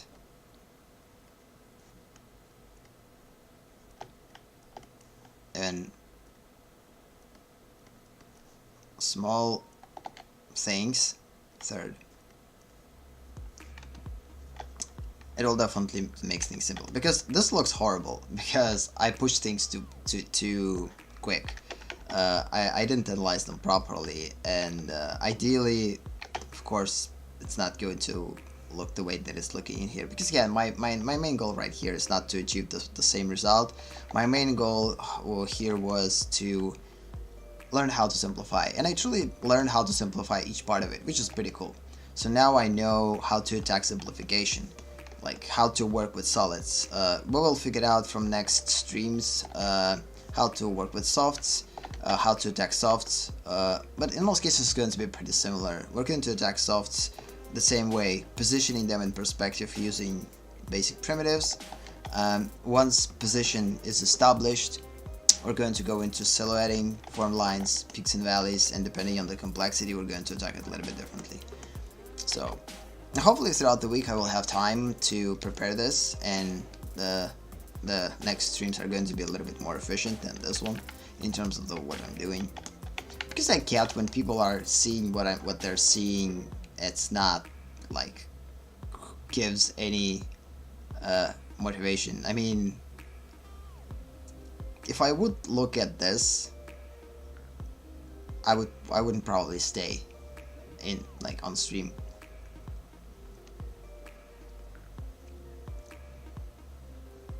I would want to believe that I would stay, but again, one of the reasons why I would stay if I understood the fact that not everything starts good. Like, you need to go through the bad result, like bad things, like as they say, first art looks shitty and then it starts to look good towards the end, because the shitty results will give you the base, and then you will basically from this base you will create the proper result. And I truly hope that this is the way that it's going to work eventually, but at this point I don't have enough experience to say it 100%, like to make sure, to be sure of it, let's say that. Let's just quickly finish the rest of the small details that probably need to be done here.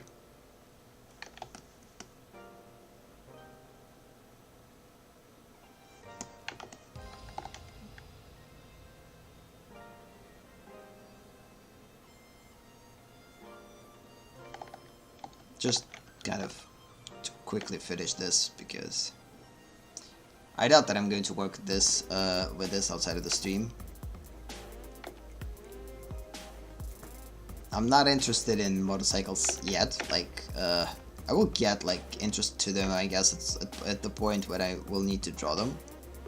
Then I will resume my interests. But personally, for me, I wouldn't draw a motorcycle, because for me, organic, like you can't tell that many stories with just in a motorcycle in the picture. And since I'm all about storytelling, sometimes for me it's hard to spend time on something that doesn't have a story value to it, or just value. And the only reason why I'm doing this is just because I basically creating a way of working efficiently with simplification, and also practicing.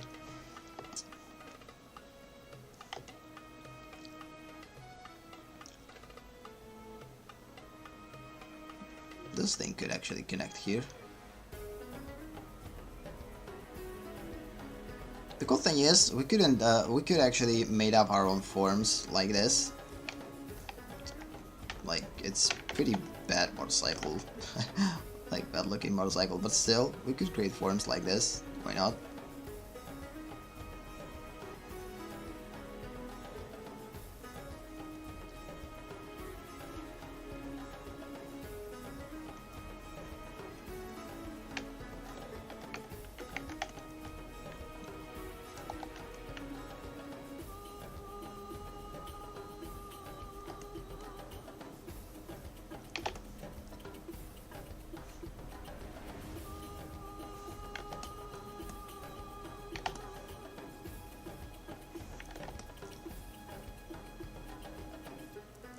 Bagpipe. It's going to be super crucial to have it though. Okay, we probably made it super big. Who cares?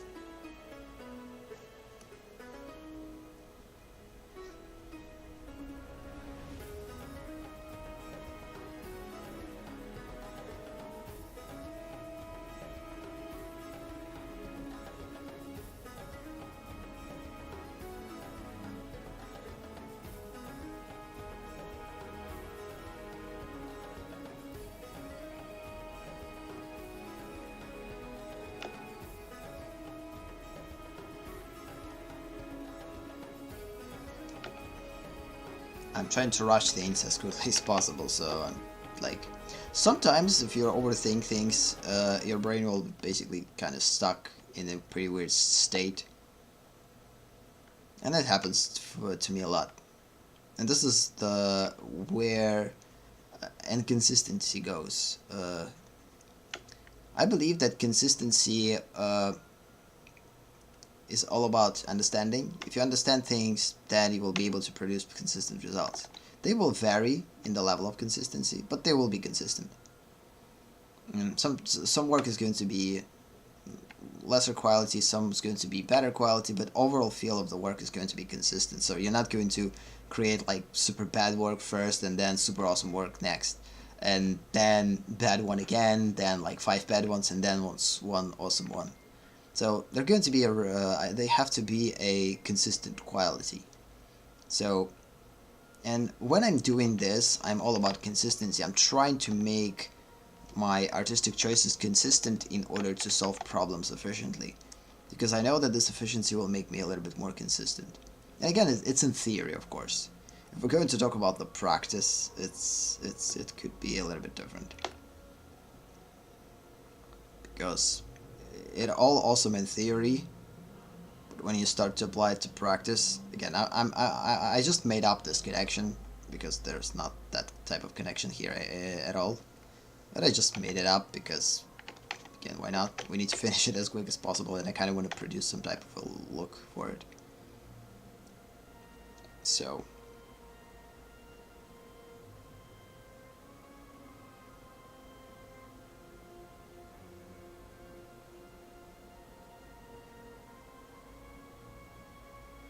again, kind of a ribbon effect is going to be here.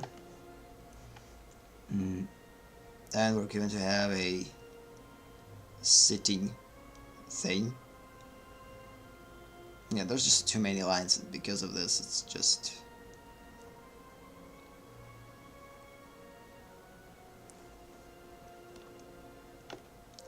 I did a pretty bad job with the wheel. Because of this, it looks pretty bad.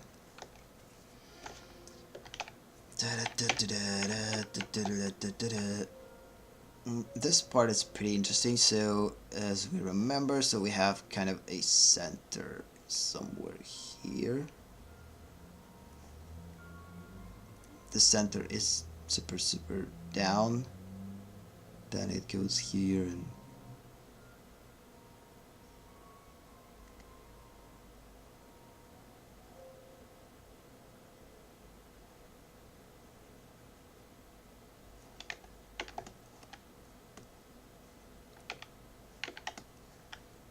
so again, and then if I would make this motorcycle a little bit better, like the actual form, it's pretty like clear. I mean, it's far from what I would need to truly create it, but in terms of the shapes or in terms of the primitives, I actually understand every part, every primitive that I did.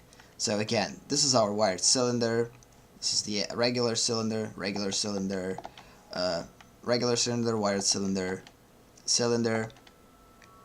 kind of a modified cube, I would say, which we could perceive as a cylinder. Cube, modified cube.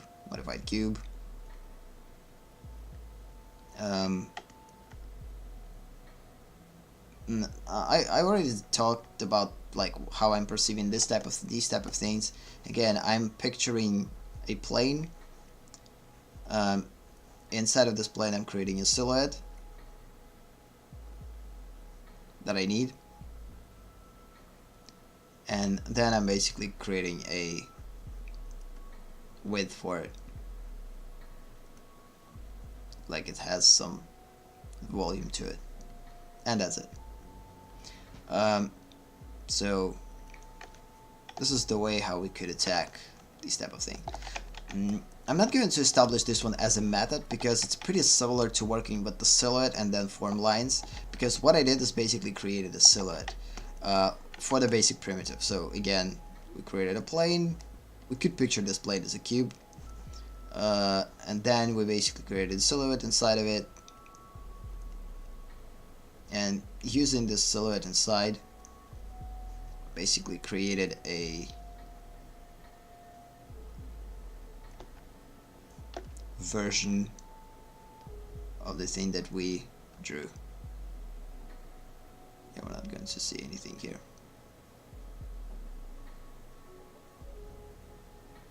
No, what the heck, no. So yeah, this is kind of the way that I'm going to approach non-organic things. Again, it's far from like good results. Again, as I said before, the point of this is not to produce pretty results. The point for this is just to understand how to simplify things. And if I would do this accurately, like actually spend like a lot of hours on this, if this part would be a part of a big project, not just a study. Again, to remind, as a reminder, when I'm just studying, I'm thinking only about simplification. I'm kind of small, like considering function a little bit. I'm kind of considering proportions a little bit. In most cases, I'm not thinking about details at all, because there are prerequisites of the believability. But again, if I would create a motorcycle based on this like big project, of course I would spend much more time on like studying it, much more time on understanding how these pieces connect to each other, actually understanding the function of it, how these things are working, on proportions, and of course on details. And first thing for me would be an understanding, because if I understand from what basic primitives all these parts are built, I know how to draw them, and that's it. Like, no matter what client potential will tell me in which angle to draw this, I will be able to draw it. Of course, I will spend a decent amount of time to redraw it from a different angle, but I'm not going to have a psychological problem of not knowing how to do it. So I will have a solution. The only thing that I will need is just more time to do it. That's it. This is the whole point. And yes, sometimes you will get discouraged when you don't have experience and you will produce this super bad result. But it's not important. Like, I note that it looks bad. Like, I hate what I did this, like here, because again I rushed it. But in most cases, you will actually kind of forget about the function, forget about the proportion, forget about details, and focus on basic primitives.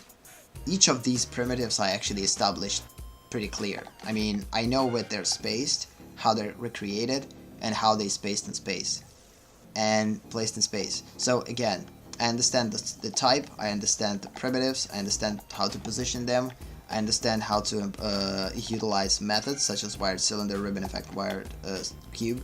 I used modifications in a proper way, somewhere in my mind, some of them by eye, and as a result, if I will spend more time on this, I will produce much better results. But again, the reason why it looks bad, because not believable at all, because I disregarded these three elements: details, proportions, and functions. I thought about only simplification, and for me personally, I achieved my purpose. Like, of this, my purpose was here to understand what I'm doing, not to create a pretty picture. And this is sometimes super hard for artists to understand, that sometimes we need to go through these stages and not think about the pretty picture, but instead work for understanding. And this is the hardest part, personally for me, and might be personally for you. So this is kind of the thing. So I guess that's kind of it. Let's just sum up the session again. It's a little bit extended, 10 minutes, but again, since I took like a couple of breaks for 10 minutes or so, for 5 minutes each, I believe it kind of sums up the session in 2 hours, which is fine. So I will try to stream always at least 2 hours. This is my schedule, but in the times of like overload, on basically lack of sleep or whatever, or just basically getting tired, I'm not going to extend them, just 2 hours, that's it. Because this is my personal kind of thing. That's it. So let's just finish on that. Again, I'm not going to speak properly today. Again, we will get to this once we will go into the softs. We will still work with softs using the same method, so we're going to talk about them a little bit more extensively. Hopefully when I'm going to be ready to talk about it a little bit better, I will talk about it. But even considering my current state, I still believe that I actually explained it decently, so it's understandable what I'm doing and what I did and why I did this, and this is the important stuff. So maybe it's not going to be clear for everyone, but again, I'm not trying to present this information as a final educational kind of thing that you could use as a template for education. No, it's a raw information, and when this raw information now, it's truly a raw, so it's uncooked. Before I will be able to cook this information and present it in like for wide audience, it will take time. I will need experience. I will need a lot of things. Before that, I still wanna, like, before this will happen, it could take infinite amount of time. Like, I can't say how exactly, like, how much time it's going to take. Because of this, I decided to, okay, I will produce some type of content. If it will help you now, it's good. It's better than just waiting for something not to happen or happen like 3-5 years ago. If you will need this now, you can use it, and it's awesome. This is something that I would want to have like years ago. I wanted to have someone that could basically produce this information in a raw format for me. Maybe confusing, maybe not clear, but still things to think about. That way I would achieve things a little bit quicker. But again, I'm not regretting the years that I spent on this, like on learning, and like every minute of doing this, and I'm not speaking about this on like only, I'm speaking about like overall, it helped me to get where I am today, and it will help me to grow stronger in a non-distant future, and a distant future too. So I guess this sums up the session. Again, um, we finished with motorcycles, we finished with complex subjects. Again, because of the complexity of the motorcycle, I decided not to draw it from multiple angles, because again, for me it was pretty challenging to draw it from this angle, because I would need to spend a lot of time to properly place things together, understanding how they connect with each other, and this is something that you would do to make things believable, which is again the prerogative of the project project-oriented things. When you're working with studies just for the sake of studying, and it's not a part of any project, spending time on this seems pointless. Not necessarily pointless, you will still learn, but the purpose behind this is going to be driven by the fact I need to do this as fast as possible and start to do work on actual work, and because of this you will start to make like huge mistakes, because you will rush things. Like, no matter what, you will rush things, because this is the way that our brain works. If you don't have clear understanding, we're going to rush. If we don't have clear motivation why we need to do that, to certain extent, like spend like 12 hours or 20 hours to draw this motorcycle right, just in order to make it believable and proportionally decent, it's not worth it. Sometimes it's just not worth it. So I did the same thing for the cup, by the way. Like, I spent a lot of time on the cup and trying to position it. Like, can you imagine, like, I spent 2 weeks to positioning this cup properly. Like, can you imagine how long it would take me to position each element of the motorcycle? To make it right, to truly, like, make it 100% true and believable. It's kind of, it's hard. I kind of balanced out the headphones. So when we worked with headphones, I kind of tried to simplify certain things and make things a little bit faster. So ideally, I want to get to a point of something like I drew with headphones. So I didn't spend that much time on headphones. Because there's not that, it was not that many elements. Motorcycle, of course, has much more elements, and they're a little bit more interconnected, and they're pretty close in space, and because of this, it's harder to understand how they connect to each other. So yeah. So again, it all depends on the complexity of the subject, and because motorcycle is super complex, of course, the fact that I didn't spend that much time on working with it, I believe it's completely fine. Although ideally I would want to spend more time on this, like, it feels like I didn't fully, it might feel like I didn't fully studied the simplification in this particular subject, but in reality I believe I did everything that I needed to do, and spending more time on this and making it right would be kind of a waste of time, because it would be already a drawing, not a analytical studying. And this is sometimes like, because again, I understood it pretty well. I truly know how to reconstruct each of these parts in space. The only thing is, a problem is the time that I need to spend on this, which will be driven by the purpose of this motorcycle. If I will decide to draw it again, for instance, like if it's just going to be a regular study, that way I'm going to focus on simplification only and understanding only, trying to not go too much into the proportions, function, and details. If it's going to be a part of the project, then again, to repeat myself, I'm going to not only understand it for the purpose of understanding, but now I'm going to understand it for the purpose of utilizing this understanding with the function, proportions, and details, and combine them together to achieve believability, which takes a lot of time and effort to achieve proper results. So yeah, so this is just a way for me to separating those two pieces together, because sometimes you don't know how much time you need to spend to study certain thing, because you don't know the purpose of it. You don't know, like, do you need to study it like fully and understand its function, or you just need to look at it and draw from the reference.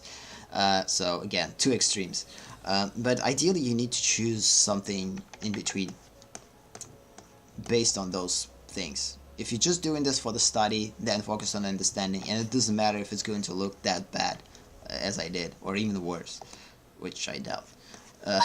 So If you want to make a pretty motorcycle and actually make it a part of the project, then you will spend more time on it. You will work accurately. You will like translate each part. You will understand how they're connected, and you actually will spend a lot of time doing this.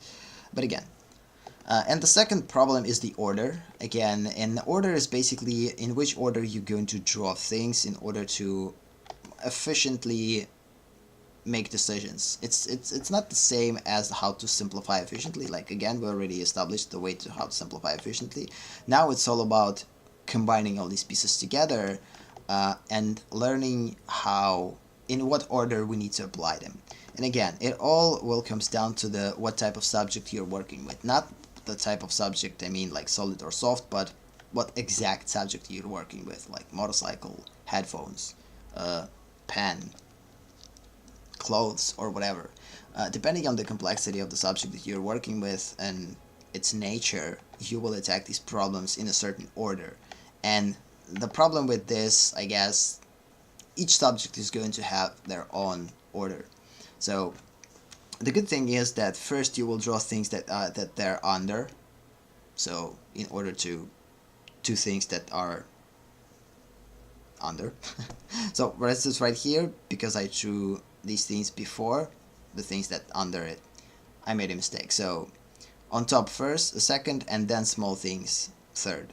So the only reason why we need to draw small things latest, because if we're going to establish the good base, it's going to be clear and clean without small distractions. If we're going to start with small too early, we're going to distract ourselves, and it just basically creates too many lines, and our brain will overload, and we'll start to lose the overall kind of thing. So this is the thing that I figured out throughout the session. Again, this is the reason why I get this bad of a result, because I didn't thought about the order in which we will attack. I thought about it, but I didn't truly thought about it. Like, it was in the back of my mind, I talked about it, but I didn't necessarily properly utilize it. So I started with wheels, which was a mistake. Again, I probably should start it with the core, the thing that is going to be under. But again, in order to do that, you still need to adjust and understand how to properly connect them together. So, and because of this, you need to kind of think about function a little bit more and the proportions. And when you have these questions, it's pretty hard to stay in the realm of studying and not go into the pretty picture mode. Because once you will go into the pretty picture mode thinking, you will lose yourself, and you will start to draw whatever you see, and you will stop analyzing. Highly likely. Again, it all depends on your personality or artistic personality, like what you want from art, how you approach art, and etc. There's a lot of factors that are actually involved there. Either way, that's it for this session. Again, let's just finish on that note. Starting from next session, we will continue. We will not continue. We will, again, we finished with this, with non-organics. We will get back to non-organics. Maybe if I will think like something is missing after we will deal with organics. But from now on, I guess we could basically switch to organics, because in most cases, all my work is going to feature organic objects, or so-called softs, or hybrids. That will lean more towards softs in actual work. So because my main focus is going to be on human form, people, psychology, storytelling, I don't see the point of sitting on such as motorcycles, like technical stuff, too much. Because of this, I kind of rushed it a little bit, but again, most of the things we established. Again, we established what we need to think about first, how to attack it, primitives, silhouettes, how to think about positioning, so understand that everything needs to be positioned, applying methods, wired cylinder, ribbon effect, wired cube, and of course thinking about modifications. Again, limited operations with planes, edges, and points by moving and scaling each of them separately, which is limited operations, again, inside of one primitive. Or extended operations, which is again a little bit more complex stuff, Boolean operations, and plane, edge, and point. And by the way, I forgot to establish it. Remove and add, or adding points and edges and planes and removing them. Add remove. These are extended operations, so here they are. Again, we already talked about this in previous streams, go check it out. Again, they're available on YouTube channel, at AleksConnects at YouTube. So, on Discord. So, join, download this picture from there, and use it whatever you like. But again, just credit the author, if you will, post it and share it. So, that's kind of it, I guess. So, again, these are limited operations, just moving things separately, and this is a little bit more complex stuff, which again works with uniting, subtracting, intersecting, and adding and removing as as their parts, which is something that this is the only thing that we forgot to establish though. That's it for today. So I guess on that note we will end the session. Let's just save. Thank you for watching. Thank you for being here. Have a nice day or night, and see you in the next session. Bye. Then it says bye too.